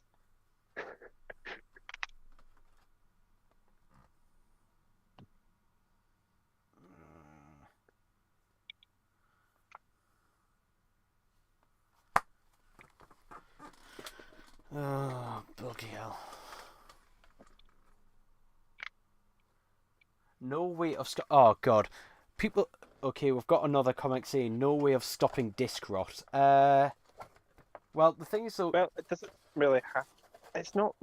It doesn't help the fact that discs Okay. will out. Okay, here's the thing, people. If you look after your discs, right, and keep them, you know, in an environment at room temperature and that, and you look after them, they will outlive you. I'm not saying they'll last forever, but they will outlive you. There is discs that are more prone to it, but they basically are obsolete, pretty much. Well, they're HD DVDs. Yeah, but basically, even laser discs, a lot of laser discs are obsolete now because they've been replaced by Blu-rays and 4K Blu-rays. yeah, but that was usually manufacturing defects rather than that. Most laser discs will probably outlive us as well. HD DVDs, it's again. It's Well, just the way ones, they're the made.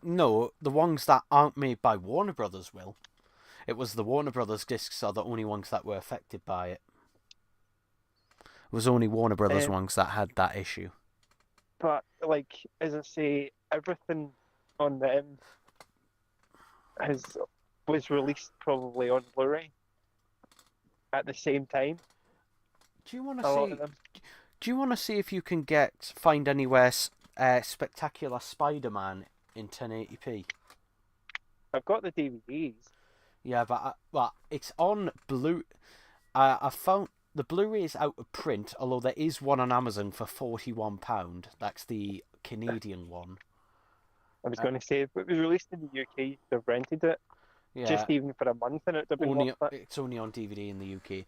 It is on Amazon though, to buy. Though you have to buy it.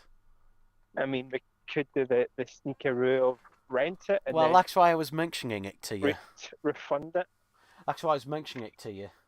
Because with my software, I don't have to watch it for it to download it. Yeah, I know. So it still registers as me having not watched it Shut yet. up, shut up, don't tell people.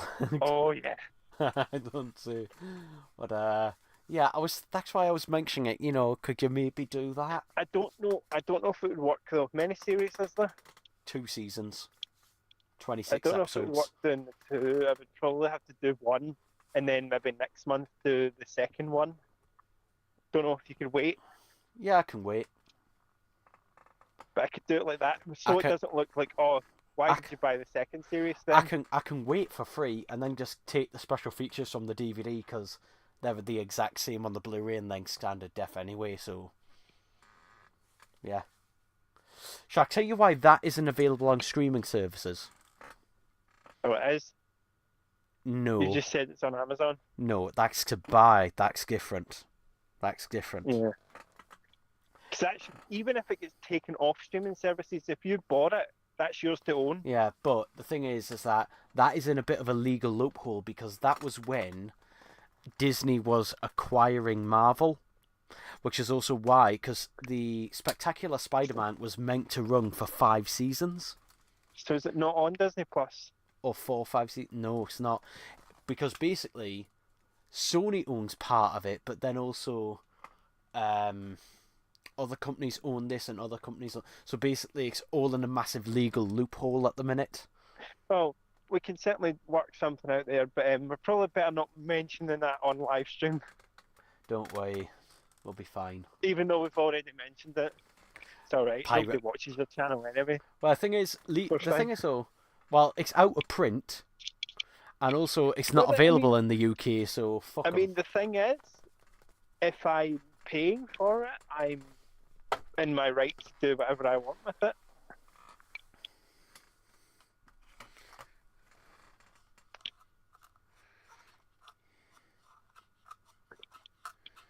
I mean, if it didn't cost too much, I could buy one season, you could buy the other season, you could just go halfers. And then just get money back. I'd only do that if you got your money back. Otherwise, I would try and track down a Blu-ray. Because if I'm gonna buy it properly, then Yeah. I just get the Blu. I'll have a think. We'll sort something out. We'll have a think. We'll try your thing first. See if we can get. I mean, I've had a look on Soulseek, and the best I can find it is 720p. Yeah, the thing is though, on Soulseek, even if it says 720p, you still never know what it's going to actually be when you download. Because I downloaded stuff that's saying 1080p, and then I And downloaded yeah. 360p, But yeah, or it's 576 or 480. It's not very accurate sometimes. Also, doesn't help when like things are like 380 or like 382, but yet someone's called it 480 because you round up. Tell you what, I will save this to my want list. I'll save it to my. Yeah, I'm gonna download one of the. I'll just download one of the episodes of the guy that has it in 720p. Just to see what it's like. Yeah.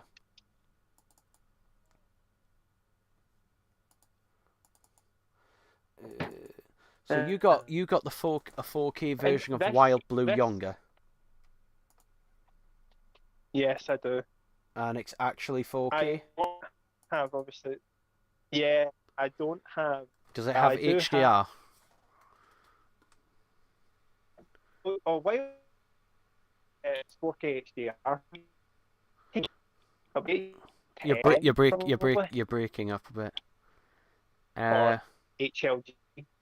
Although I think it's the Disney Plus version. I can't get it to play. What? Yeah, I can't get it to play. Can't get what to play? Wild Blue Yonder. I downloaded it from you. Play what? Wild Blue Yonder 4K. It plays for me fine. Yeah, it comes up and it comes up as fine. It just won't. It tries to play it and then it crashes.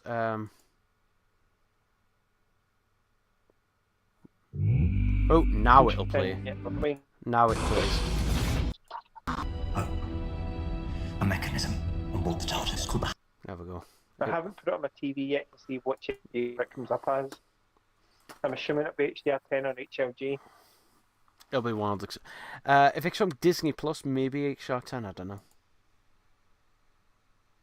I don't think it'll be Dolby Vision. Don't know, but still haven't found a one for. A proper one. But for...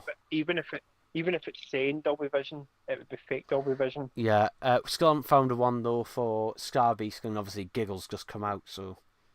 Well, I do have the Star Beast, but remember that was corrupted. The colours were weird. Yeah, but they've removed that, so I'm the only one on Soulseek that has that in 4K now. Yeah, but it looks. Even though it's corrupt. it looks it's corrupted, so I'd rather It not. looks weird. Do you know? I also have one of them. I got associated of Cocaine Bear in 4K. The thing is, kind of works for that because it makes you feel like you're on cocaine watching it. Well, So I kept it and I called it Cocaine Bear 4K Cocaine Edition. well, I've got a Haunting in Venice 4K download because Disney won't release it on 4K Blu-ray, so fuck them. I wonder where you could get these from. I totally can't mention the name. Soulseek. UHD movies. Oh yeah, that's like UHD movies. Movies as well. Totally can't mention names of sites where you can go and check UHD movies. Well, as long as I don't show you how to get to that site, then it's perfectly fine. No, you totally don't just type that in your search bar and it'll come up. Yeah. Probably the easiest way to pirate anything is like you don't need to go through turret sites and all that. It's probably the safest way as well. I hope my Arc Daleks bloody show up. Like, the guy, I think he said he dispatched them on. An ad blocker. When did the guy dispatch? Yeah, but the guy also told you he was going to dispatch them like a week and a half ago. Yeah, but he Didn't he? Did he not? Well, Yeah, so it's like how reliable is he? like he didn't ship them until the 4th of December. Yeah. So, and with the way Royal Mail's been going at the minute, so, but yeah, because he's had family emergency.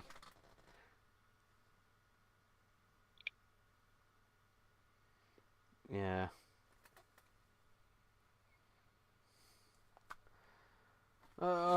Bugger me, sugar me, boo.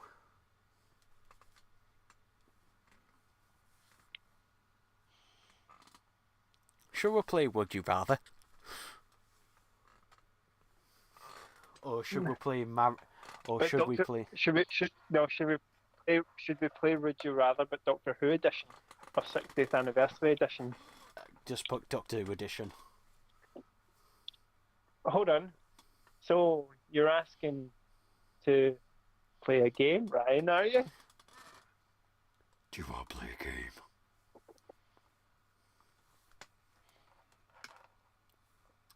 It's fitting that we play it since it's a toy maker story. Yeah, well, just you start. Hmm.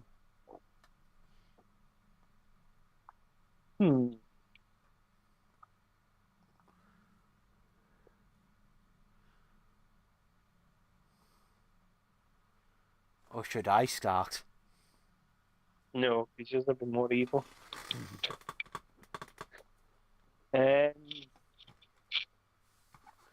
Now, so it's just relating to Doctor Who. Well, we could do it. We could have it be anything. You know, I'm happy to do that. No. Come on, hurry up. Think of one. I know.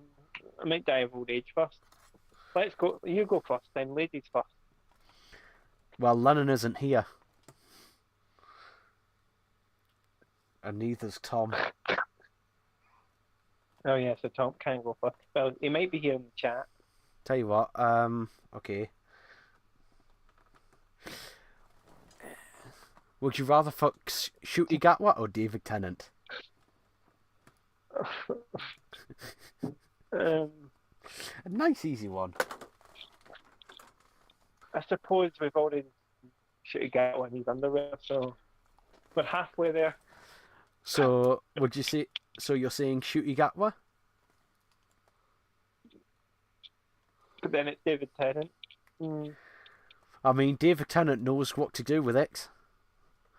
With the amount of kids he's had. So many kids. Yeah, with the amount of kids he's had. And he's also able to fuck his daughter. Oh, Like- oh no. We must confirm we're talking about his fictional daughter. So Yeah, but I was just pretending, crying and saying I don't want to go. Um,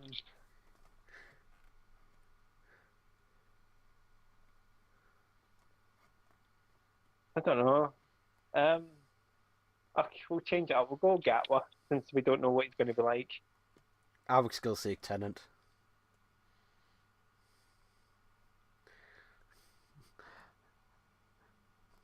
I like to be in reliable hands. Oh yeah, because Gatwa's an imposter. Go on, York. You've had time to think for one. Mm. Right, okay. Would you rather um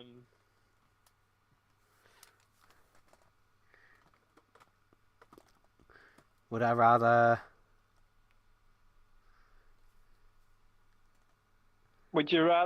say something nice about Chibnall Or or um get a Dalek plunger stuck up your bum?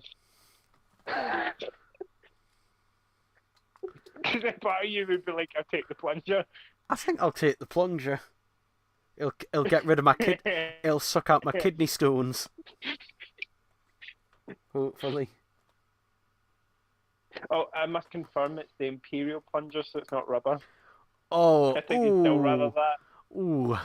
I think you'd still rather that than say something nice about Chibnall. Yeah.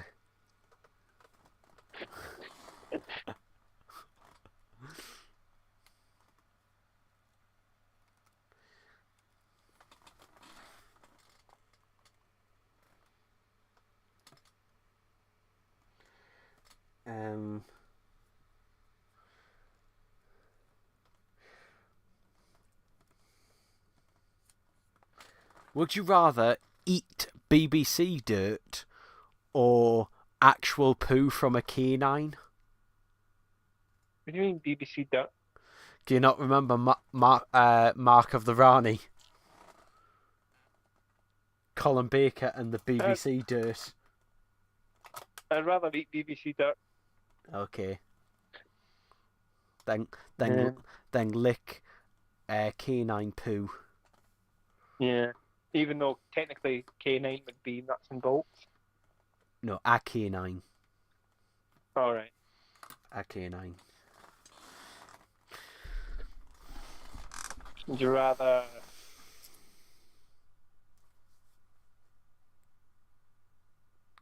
let's go with another nice little ones where you've got to say something nice about Chibnall. Would you rather compliment the Chibnall era Or hold on, let's go. Would you rather compliment how great an idea the Timeless Child is, oh god, or smash a product enterprise, Dalek? I'd smash a product enterprise Dalek. at least then I could do like a custom destroyed one afterwards. Or I could use it for parts. So, it has a use.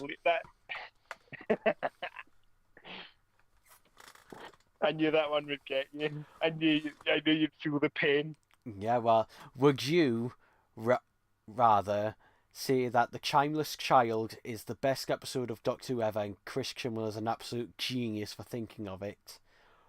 Or would you rather lick Chris Chibnall's balls? Oh. I mean, at least the second one would be quick. No, you gotta give him a proper lick. For fuck's sake. Like 30 seconds. 30-second lick.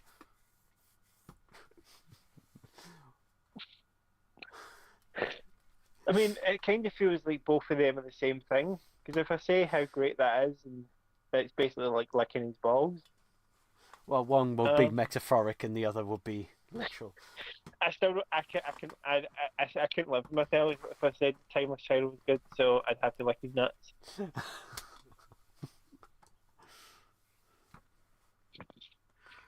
I love the fact that we're just like, despite it being Doctor Who, the topic, just like this is what actually resolved into.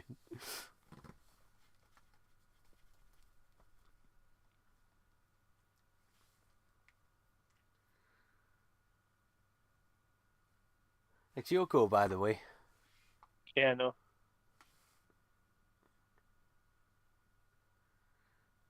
Um,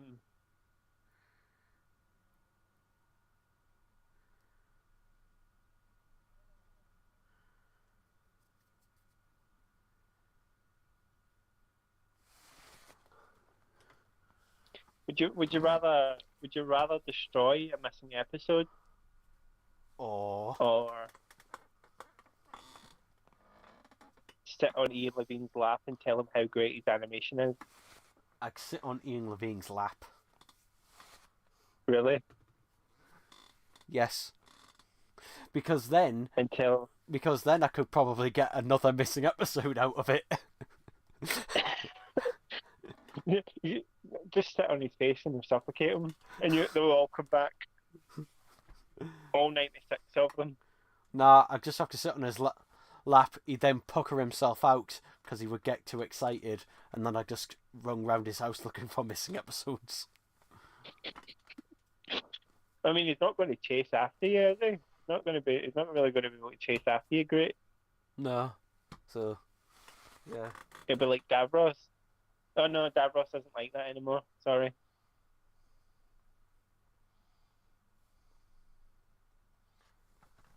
Ooh, nice bit of blood where I've been bleeding. Great. It's my turn, isn't it? Hold on. See if there's anyone in the chat in the comments. Should we give them a would you rather and see if they answer? Well, no, they can answer any of the ones that we come up with, or they can ask us one.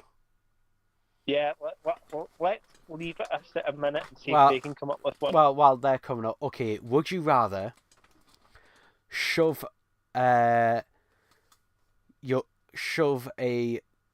gold-plated micro-talking movie Dalek up your ass? Why is that the obsession with shoving things up your ass? You started it. I think. Yeah, you did. Yeah. No, you started it by choosing who to fuck. Yeah, but you'd be the top in that case. Oh. You could be the top. Think so? You had to be the bottom. Or would you rather shove a Jodie Whittaker figure down your throat? Like the 5-inch one. I mean, do I get to keep the micro talking Dalek after I've cleaned it? Yes. Though it's most likely not going to fully survive the journey intact. True.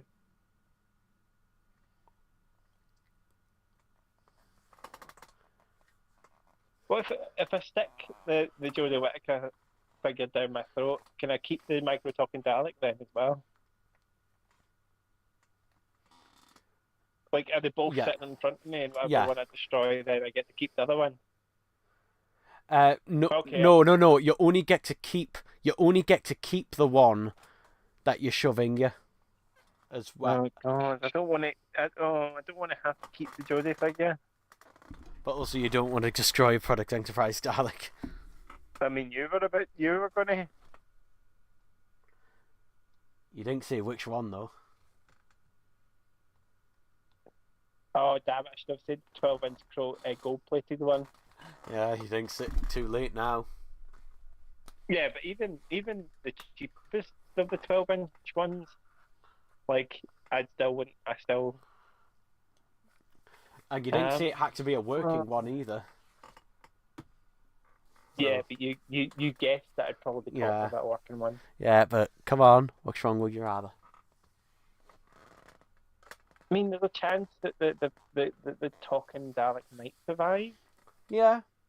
And even then, I could glue its appendages back on. Like, if you shoved it sideways up there, maybe. Ryan, it's not bigger on the inside. Well, technically, it is. So you're gonna go for Product Enterprise. Yeah. Someone's actually come up with a would you rather. Okay, let's see what they've got. So Harris 1234A says,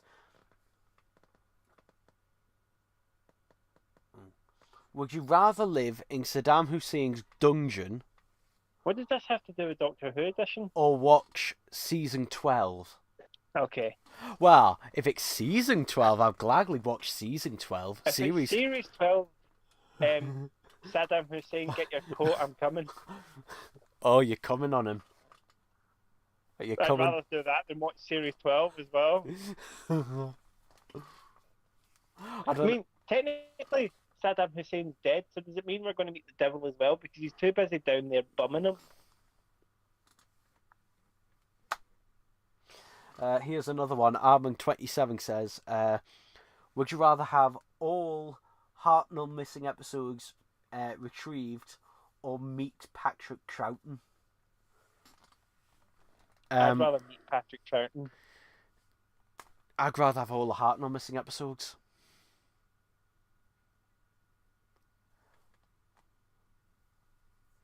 I'd still probably rather meet Patrick Troughton. Although, is it Patrick Troughton alive? But it would just be bones, skeleton.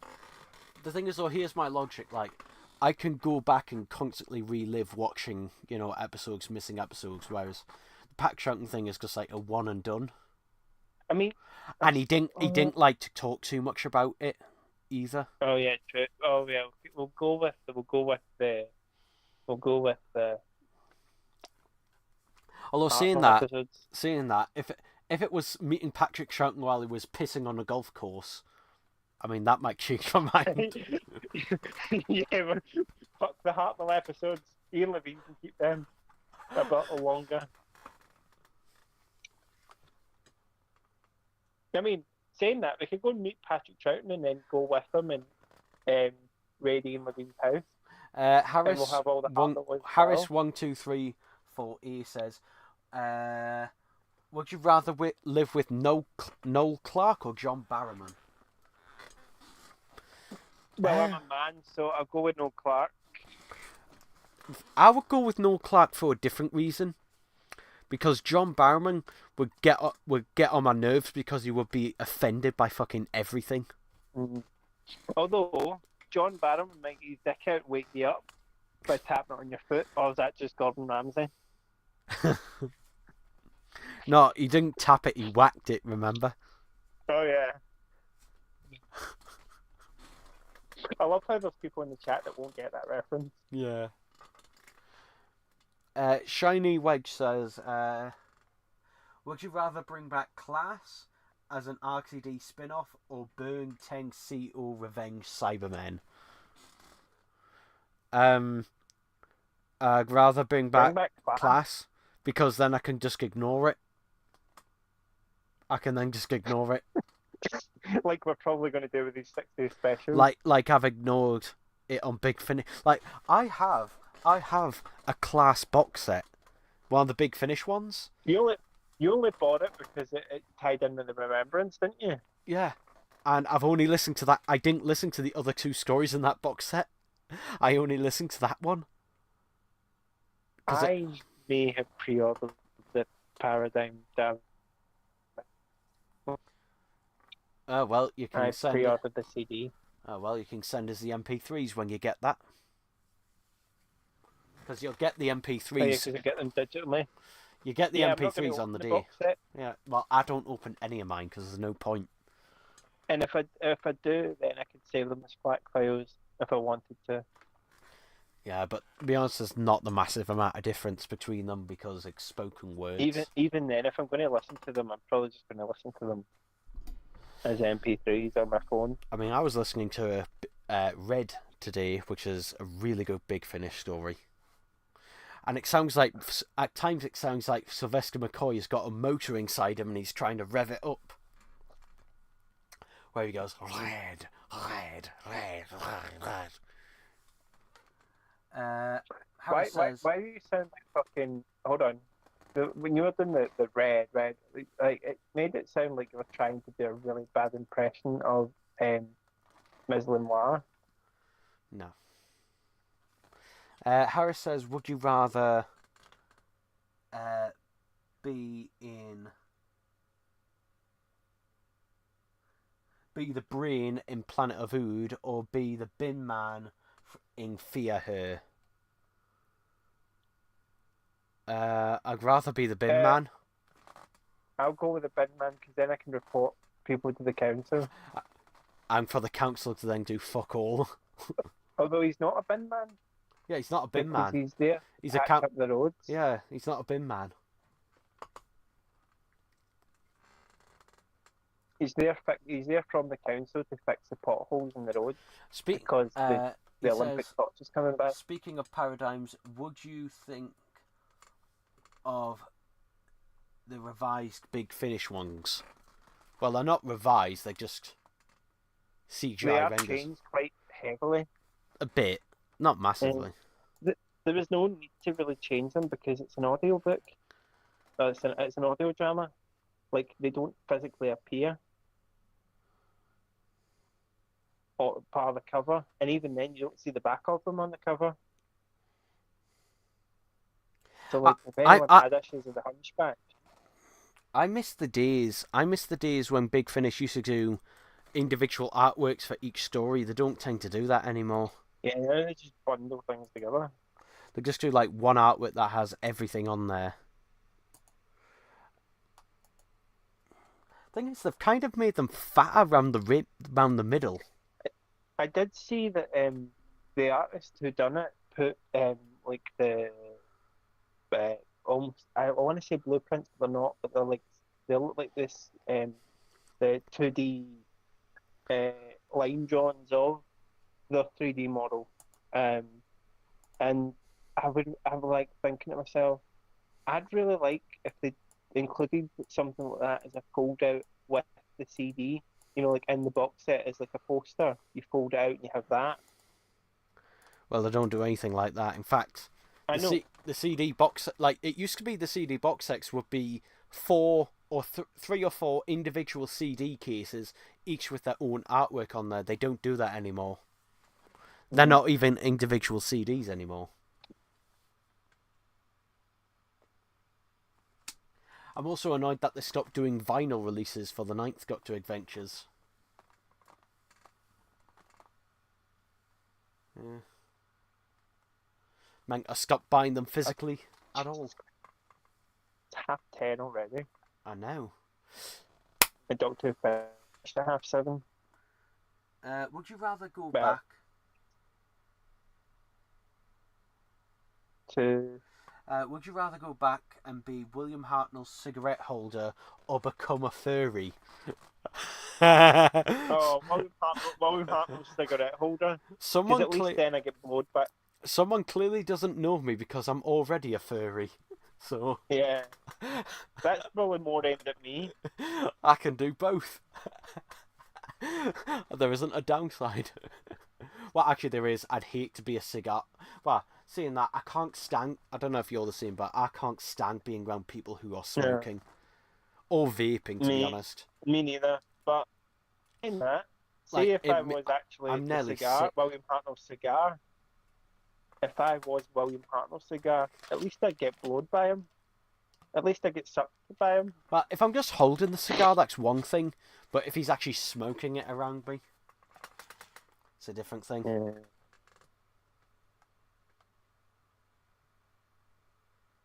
Yeah. No, I'd much rather the first one. Shiny Weg says he thinks paradigms need to be slimmer. And No, they're fine as they were. And also the fact that they don't have slats as well. Like, that's the thing that annoys me the most. I am. I love slacks. Like, the slacks have a purpose, though, and everyone forgets. People always forget that. They're meant to react in a similar way to solar panels. That's their whole point.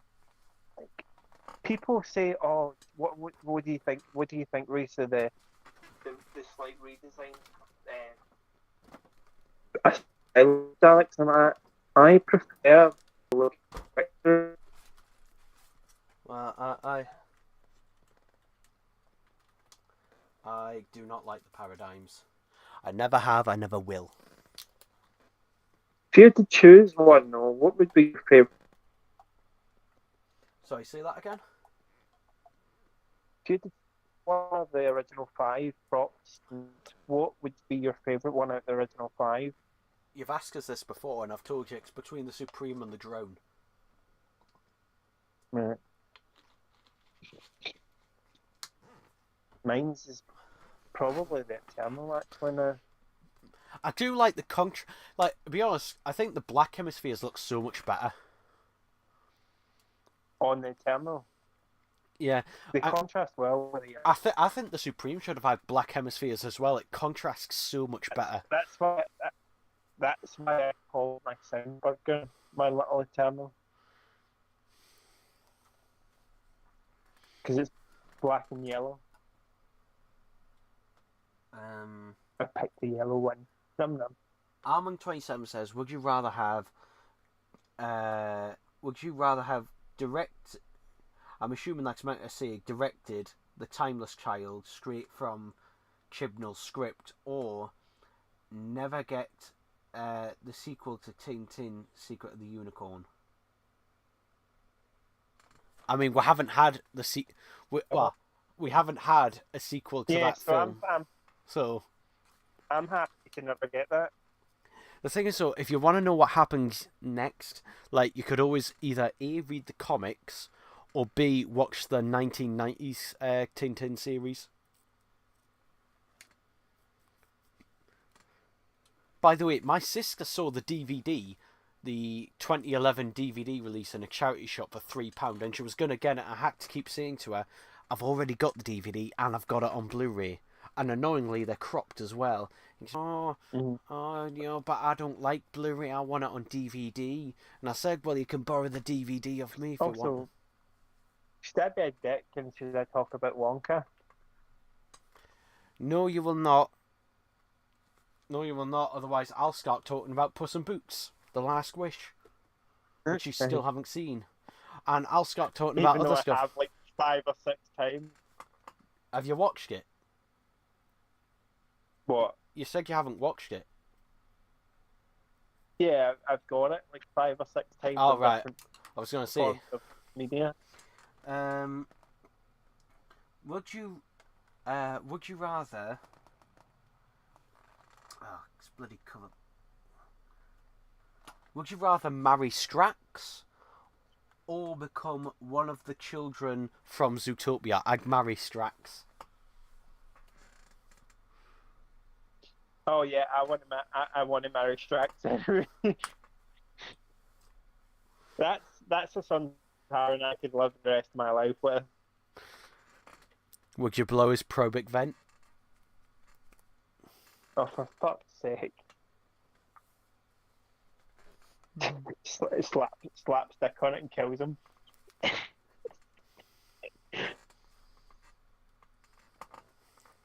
I'd bag his probic vent.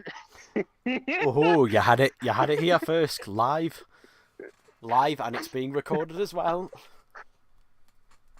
We can take that out of context for the rest of time. That's alright, I take a lot of things out of context, you see.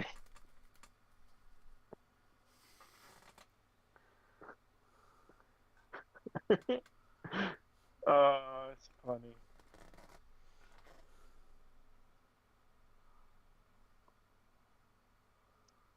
Would you rather marry Strax or Link? I don't know, because I've got a feeling Lynx will just kill us instantly. Although Strax might hit you with a newspaper and knock you out. I think Strax would be easier to persuade and control, so I still pick him. Do you remember the meme I came up with that you made? Yes. Strax No, since 2011. No, it's just Strax assuming gender since 2011. Yeah, assuming gender since 2011. That's why he hasn't returned. He has been though. Not on TV. Dang, Starkey has. What do you mean? No, I'm saying he has been. He has been assuming gender since 2011. Oh right. I was going to say that's why he hasn't. I said that's why he hasn't returned. Is what I said. Okay. Is what I said. Not on TV, at least. And Also, there'll be someone on Twitter. There'll be someone on Twitter been like, Celestial Toymaker returned before Murray Gold released the Series 10 soundtrack. anyway, Are there any more Would You Rathers in the comments? No. The Polar Express versus A Christmas Carol 2009. That's the Jim Carrey one. Polar Express. I don't know. It's a hard one. I think it's. Because I do love. No, I'm don't get me wrong. It's a good film. Jim Carrey Christmas I'm Carol. gonna. It's I'm really gonna good, say. I'm but I gonna say still- Jim Carrey Christmas Carol because Jim Carrey. I'm gonna go with Polar Express. Although I'd rather watch Christmas for the Cranks. Though I'd rather what. I mean, That's my my favorite Christmas version film. is the George C. Scott version of A Christmas Carol. What is your favourite Christmas film? Have you got a favourite? I don't know, because a lot of Christmas films I can't stand because they're all shit. You quite like the How the Grinch Stole Christmas, don't you? The Jim Carrey, one. yeah, I do. I watch that every year. I watch the George C. Scott version of A Christmas Carol. I love Home Alone 1 and 2. What about Muppets Christmas Carol? The thing is, I didn't see that until I was much older. Like the first time I saw that was I was already an adult, so for me it just didn't have the same nostalgic. Yeah, same that with me. people. I just because I didn't grow up with the Muppets. I couldn't. So I mean, I'd still say Christmas in the Cranks is my favourite, but I would probably still rather pick a top three, and I think it'd be that, Polar Express. you know what? I should watch Gremlins. That's a Christmas film. I keep forgetting it's a Christmas film. I've got the Now, here's 4K the Blu-ray and I've controversy. never watched the 4K Blu-ray of it. Is Die Hard a Christmas film? Well, technically it is, yes. I think if it's set at Christmas, it's classed as a Christmas film. I I have the hang on, 4K Blu-ray of that if you want to rip. might as well. Would you rather do a Cyberman or a Dalek? What do you mean do? As in do the voice, play them, or do them? As in, Yeah, that's a good point, Harris. When you say do them, do you mean play them, or do the voice for them, or fuck them? Let's be honest. Even if it's any of the three, even if it's shagging them, I'd still pick the Daleks. Well, I mean, with Dalek, you know, they're technically, you could argue that's tentacle porn. Oh no, I don't want hentai shit.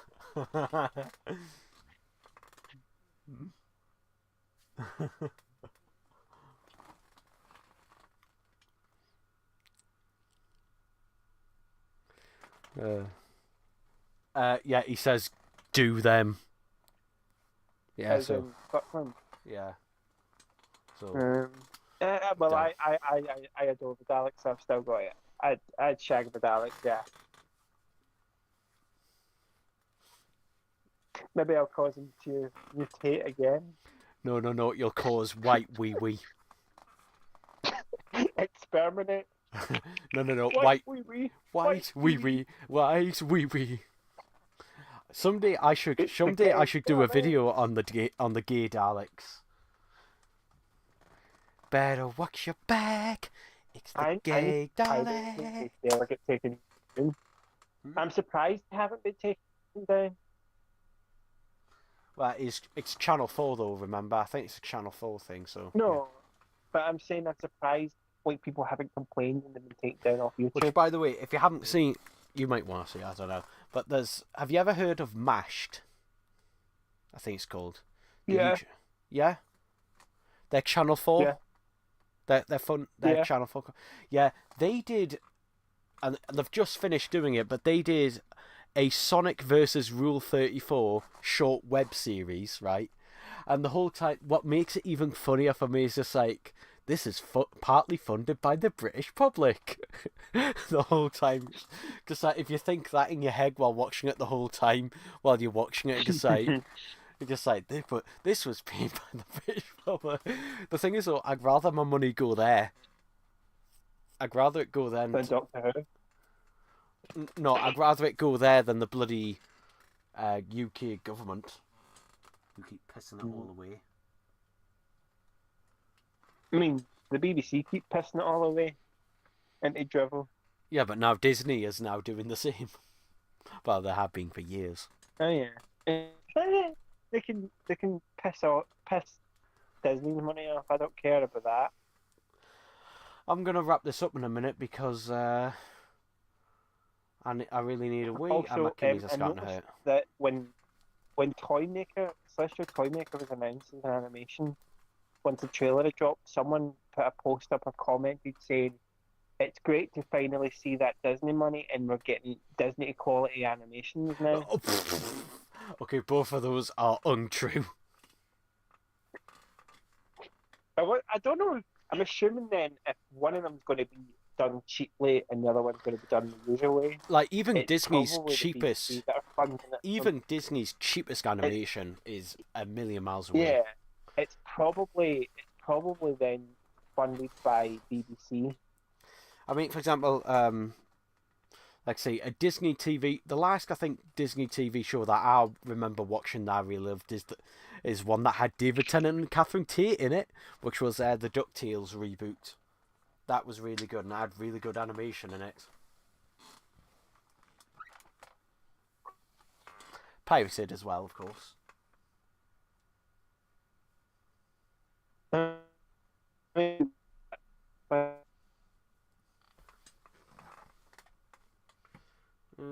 Okay, like You're breaking up. You're breaking up. I can't understand anything you say. The Simpsons. You're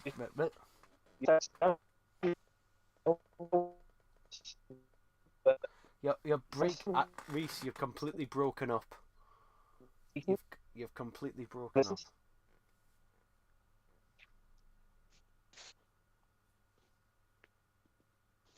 Is that better? Mildly. We'll do one more question and then we'll wrap things up. Shiny Wig says, would you rather create official 6 sec Rule 34 or eat off Alduar's beard? Oh, yes, create 6 sec Rule 34 by all means. In fact, it's technically already been done by someone else. Not explicit, but it has been done. And Reese is in it, aren't you, Reese? What? Don't you remember? 6 sec plus fangs equals tender love. Where you're canine, remember? Oh no. Remember that, yeah. No. I don't bring more. I've already got enough PTSD, Ryan. And on that note, thank you for watching this stream. I don't know if I'll do one for the Christmas special. I'll definitely do a video on it. I don't know if I'll do a live stream or not. The thing is, it's because it's Christmas Day. I know. We might be free. It just Saying depends. that, I'll do fuck all on Christmas Day, but eat turkey and pigs in blankets and chocolate. I think turkey's shit. I'm gonna have So honey do I. glazed gammon. I'm tempted to get the Christmas dinner pizza from Morrison's. One of the freshly baked pizzas. They're doing a Christmas meal deal, pizza deal, where it's like a Christmas dinner themed pizza. I'm tempted just to get that this year. Why don't you go to Wetherspoons and have one of their Christmas pizzas or Christmas burgers? Available while on stocks Christmas last. Day. On Christmas Day, I'm on about. Well, get one as a takeaway and then heat it up the next day. It's already been in the microwave enough. Chef Mike. Chef Mike. And on that note, bye bye everybody.